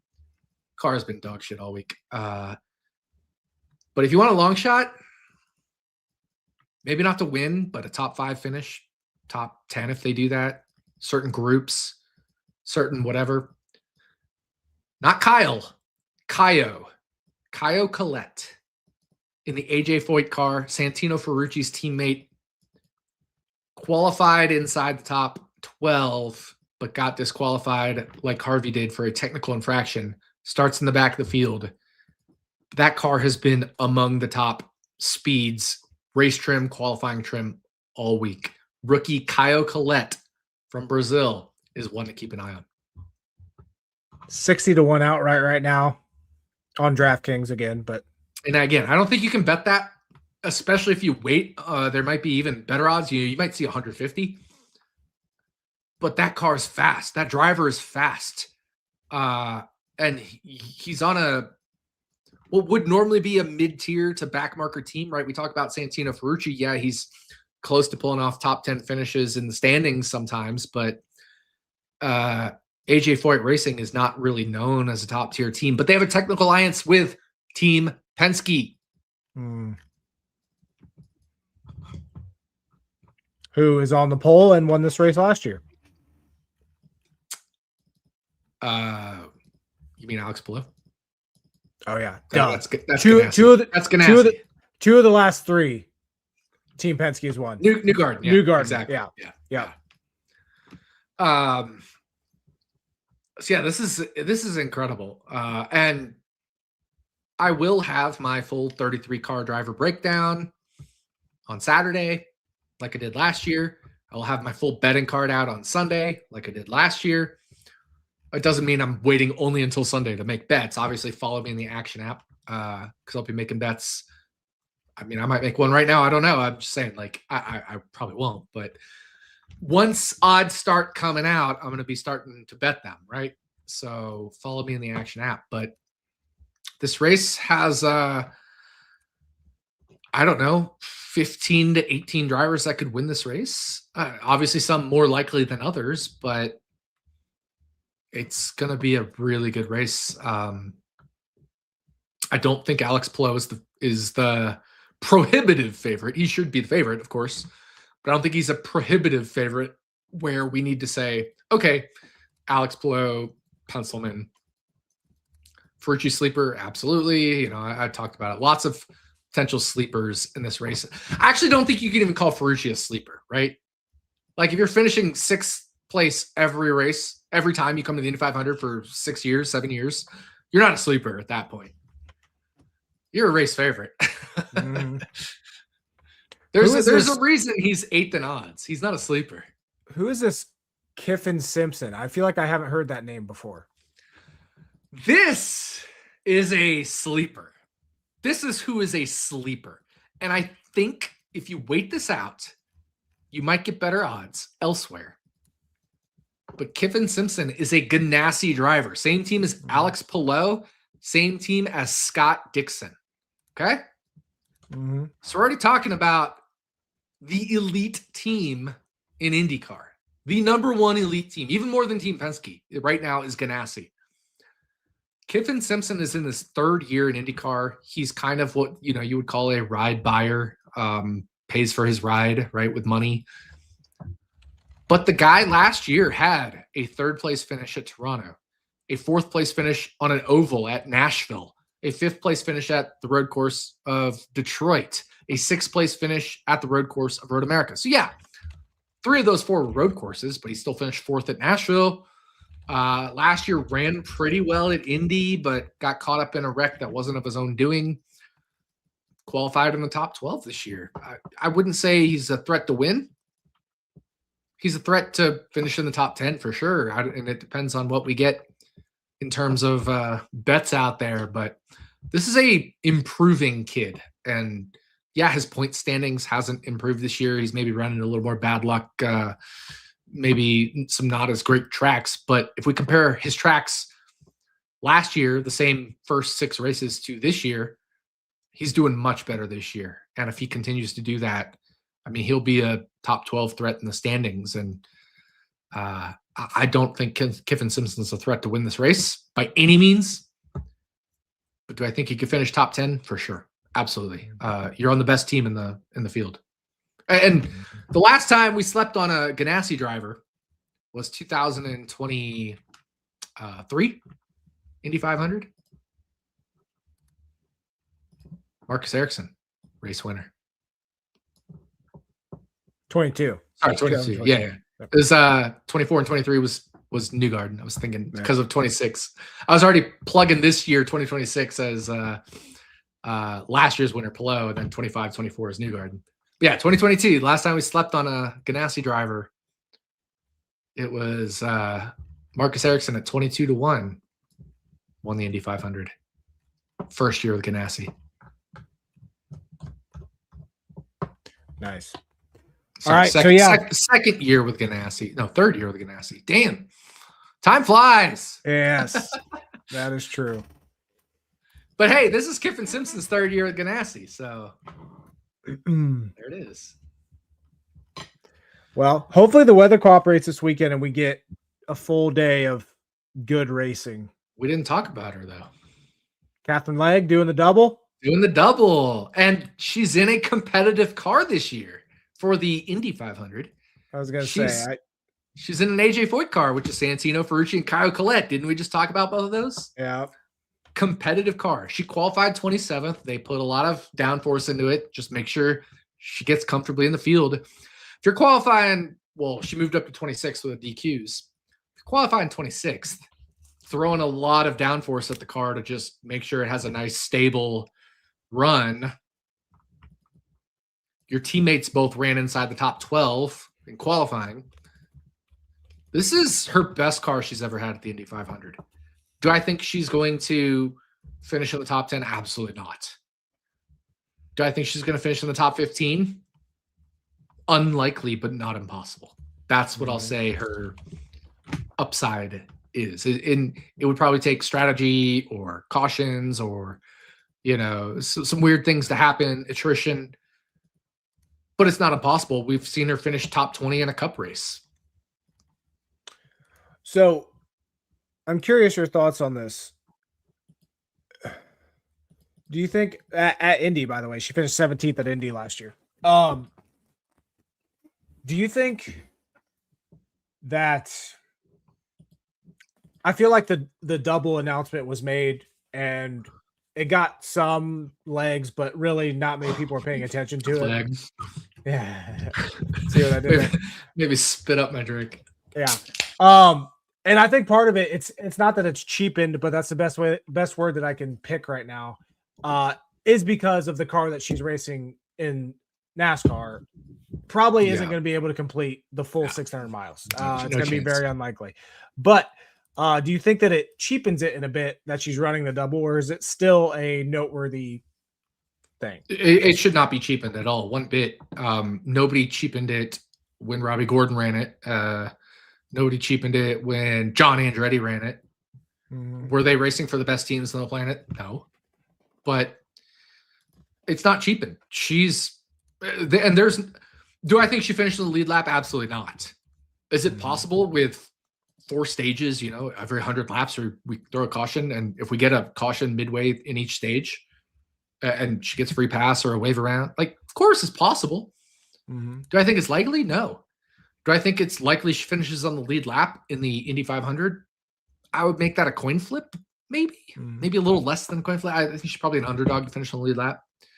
Maybe like 2-1 underdog or 60-40 underdog. But it doesn't change anything. If she runs 1,050 miles instead of 1,100, right? Yeah. Did she do anything less awesome? Yeah. No, she still did it. That's still awesome. So I'm rooting for her. I don't think she's an amazing driver, but I don't think she's as bad a driver as everybody thinks she is. And I think that's true. She just qualified ahead of Joseph Newgarden, I think it was. No, just behind Joseph Newgarden, the Indy 500. She's literally starting next to Kyle Kirkwood in the Indy 500. I was just going to say that. Yep. And 2 spots behind Joseph Newgarden. How bad of a driver are you if you're starting right near the 2-time champion and the guy who's running second in points right now? Terrible driver. Yeah. God, horrible. No, she's a great driver. She's not the most talented driver in the world. I mean, if I look at we talk about NASCAR, my team ratings and my driver ratings and all that stuff in terms of separating car and driver equipment. She's a negative on my NASCAR Cup Series driver by a good long amount.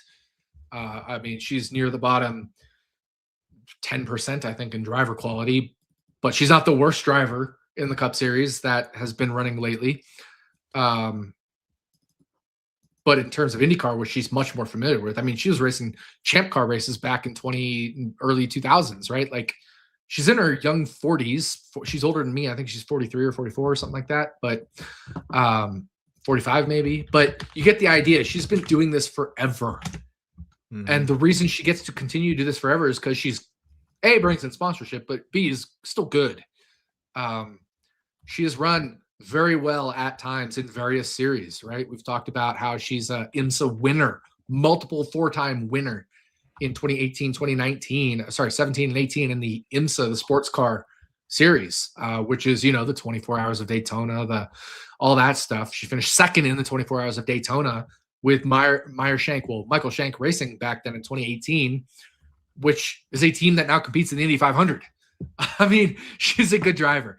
I don't need to go on about it. I've made my point known. You just said finished 17th in the Indy race last year, not in the 500, but in the NASCAR Brickyard 400. Finished 19th at Chicago Street Course. She had what, 5 starts last year in Cup? 1, 2, 3, 4, 5, 6, 7. 7 starts in Cup last year. Finished in the top 20 in 2 of them. How many top 20 finishes does Cody Ware have this year? 1 in 12 races. So she'll be good. I'm excited for her to do the double. I always love to see it. I've said it time and again. I don't care who you are, Kurt Busch. I don't care if you're Carson Hocevar. I'll be rooting for Carson Hocevar if he does the double, right? Because he's talking about it. I'll be rooting for him. I like rooting for the double. It is cool. Yeah. It is the only time I will ever root for Carson Hocevar. Because he'll also probably be racing that 4th Andretti car. And I'm a Team Andretti guy, but it's the only time I will ever root for Carson Hocevar if he does the double. Yeah. Carson Hocevar, do the double. Look, Blaney and McLaughlin have talked about it for Penske, doing it together. How cool would that be? That would be sweet. Right? And hopefully, like I said, hopefully the weather just cooperates. Because like we saw it last year with Kyle Larson, and obviously Kyle Larson was a bigger issue because of the playoffs and everything else. And, Leg doesn't have to worry about that. But obviously she's going to put more of an emphasis, though. Like, if Indy would get delayed, she's staying in Indy, right? Yeah, I would expect a billion% she's staying in Indy. Especially if she has a competitive car. If she's a lap or 2 down, maybe they just park it early and she goes. But for her, the emphasis is Indy. I mean, she's like I said, a champ car, which is a predecessor to Indy car driver, and has competed at the top levels of IndyCar, champ car, right? So I don't see any reason why she wouldn't put the focus on Indy first. NASCAR is the backup option, and then the question becomes, who fills in for her, or do they even fill it at all? Right. Why not just BJ McLeod? Yeah. Right? Like, I mean, that's put the fucking team owner in there. We love him. Everybody loves BJ McLeod. Nobody dislikes BJ McLeod. I'd say that's the obvious choice, but I don't know that. Just put BJ McLeod in there if she can't go. We all love BJ. He's a racer's racer. He's respectful. He doesn't fuck up. And if he does, it's super rare, right? Like, just put him in there. It's his own car. He can make that decision himself. There shouldn't be a question. Just put BJ in the fucking car. NASCAR obviously would approve him. There's nothing to not be approved for. Yeah. Do it, BJ. We love you. What's interesting is, when's the last time he's raced a non-super speedway race? That's a great question. It hasn't been it hasn't been this year or last year. It wasn't in 2024. I think it was in 24, right? Last time he did was 2023. God damn, it feels like forever ago. Yeah, he only made 5 starts in 2024, and it was all super speedways. Oh, yeah. Damn. That's too bad. I'd still put him in there. Yeah. We'll see what happens. But yeah, Captain Leg running the double. Should be a good. Remember 21, 22, BJ McLeod finishing top 10 at super speedways? Yes. Good old days. Yes. How time flies. I know. But all right. I don't got anything else this week. You got anything? Just as far as Indy 500, I think it's incredibly important to pay attention to Carb Day, just because that's the last chance we get to see cars on the racetrack and race trim gremlins crop up. We've seen gremlins crop up on carb day, and the question is whether they get those fixed or not. But of course, it could be raining on carb day, so we might not get any action in on Friday, which means today might be the last action we saw. We only got about an hour of running today. So I'll give the today report because I think this is important. The today report, I think Joseph Newgarden looked like the best car in race trim. Yeah. And he starts 23rd or whatever, right? So we might be seeing 3 out of 4 years Joseph Newgarden as the winner. So we'll have to see where odds shake out when all these books open. But I'll be looking to bet Joseph Newgarden as well. It really seems like the Chevys have a strong race cars. I talked about Rossi. He looked like one of the strongest all week until he crashed his car. Connor Daly, Kyle Collette, Santino Ferrucci loves his race car. Malukas, of course, I think is the race favorite. I bet on Honda last year. It worked out. Maybe I bet on Chevy this year. I don't know. We'll see what the odds are, especially with Pelot absorbing a lot of that. It might be the year where I just hammer Chevy to win. Mm-hmm. So that's my final report on where I'm at right now. I haven't bet anything outside of back in November. I bet Dennis Hauger 200-1, which doesn't look like a good bet now, but a lot of circumstances changed on that car for the negative. So that's kind of out of control. But outside of that, I haven't bet anything on this 500. So we'll see. I'm going to bet Kyle Kirkwood just because I'm going to. That doesn't count as a real bet. Yeah. I will always for the rest of my life, if Kyle Kirkwood is racing the Indy 500, I will bet him to win. But that's only because I want to have the winning ticket in case he wins. So don't take that as advice. Yeah. But outside of that, I haven't bet anything for the Indy 500 outside of Hauger and Kirkwood, which are my standard. Well, I should say Kirkwood's my standard bet. Hauger was my way too early 200-1, kind of some information going his way, stuff that didn't pan out bet. But other than that, I bet nothing. Being patient, waiting for things to open up across all the books. Even more so, waiting for all the markets to open up because I think the bet this year will probably be Chevy to win. Mm-hmm. Well, there we go. Got our Coca-Cola 600 preview, our Indy 500 preview, and hell of a lot of racing to go this weekend. Should be good races, though. I'm excited. I don't got anything else. Me either. I don't got anything else. No, I'll have all my stuff up at actionnetwork.com this weekend. It's going to be Indy 500 best bets, Coca-Cola 600 best bets, Indy 500 33 car breakdown, my F1 IndyCar NASCAR parlay piece, and of course, practice flags for NASCAR. 5 pieces at actionnetwork.com this weekend. If there's anything you can't miss, it's the practice flags. Right? Well, for sure. Actually, I think this might be the one weekend you couldn't miss them. Yeah. Plus, I mean, you got a full 33 car breakdown for Indy. That's the one you can't miss. That's okay. At the end of it, I put my whole 33 car like predicted finishing order. If you remove the major incidents cars from last year, it was fucking spot on. I hit the top 6 drivers, not in the exact order, but the top 6 all finished top 6.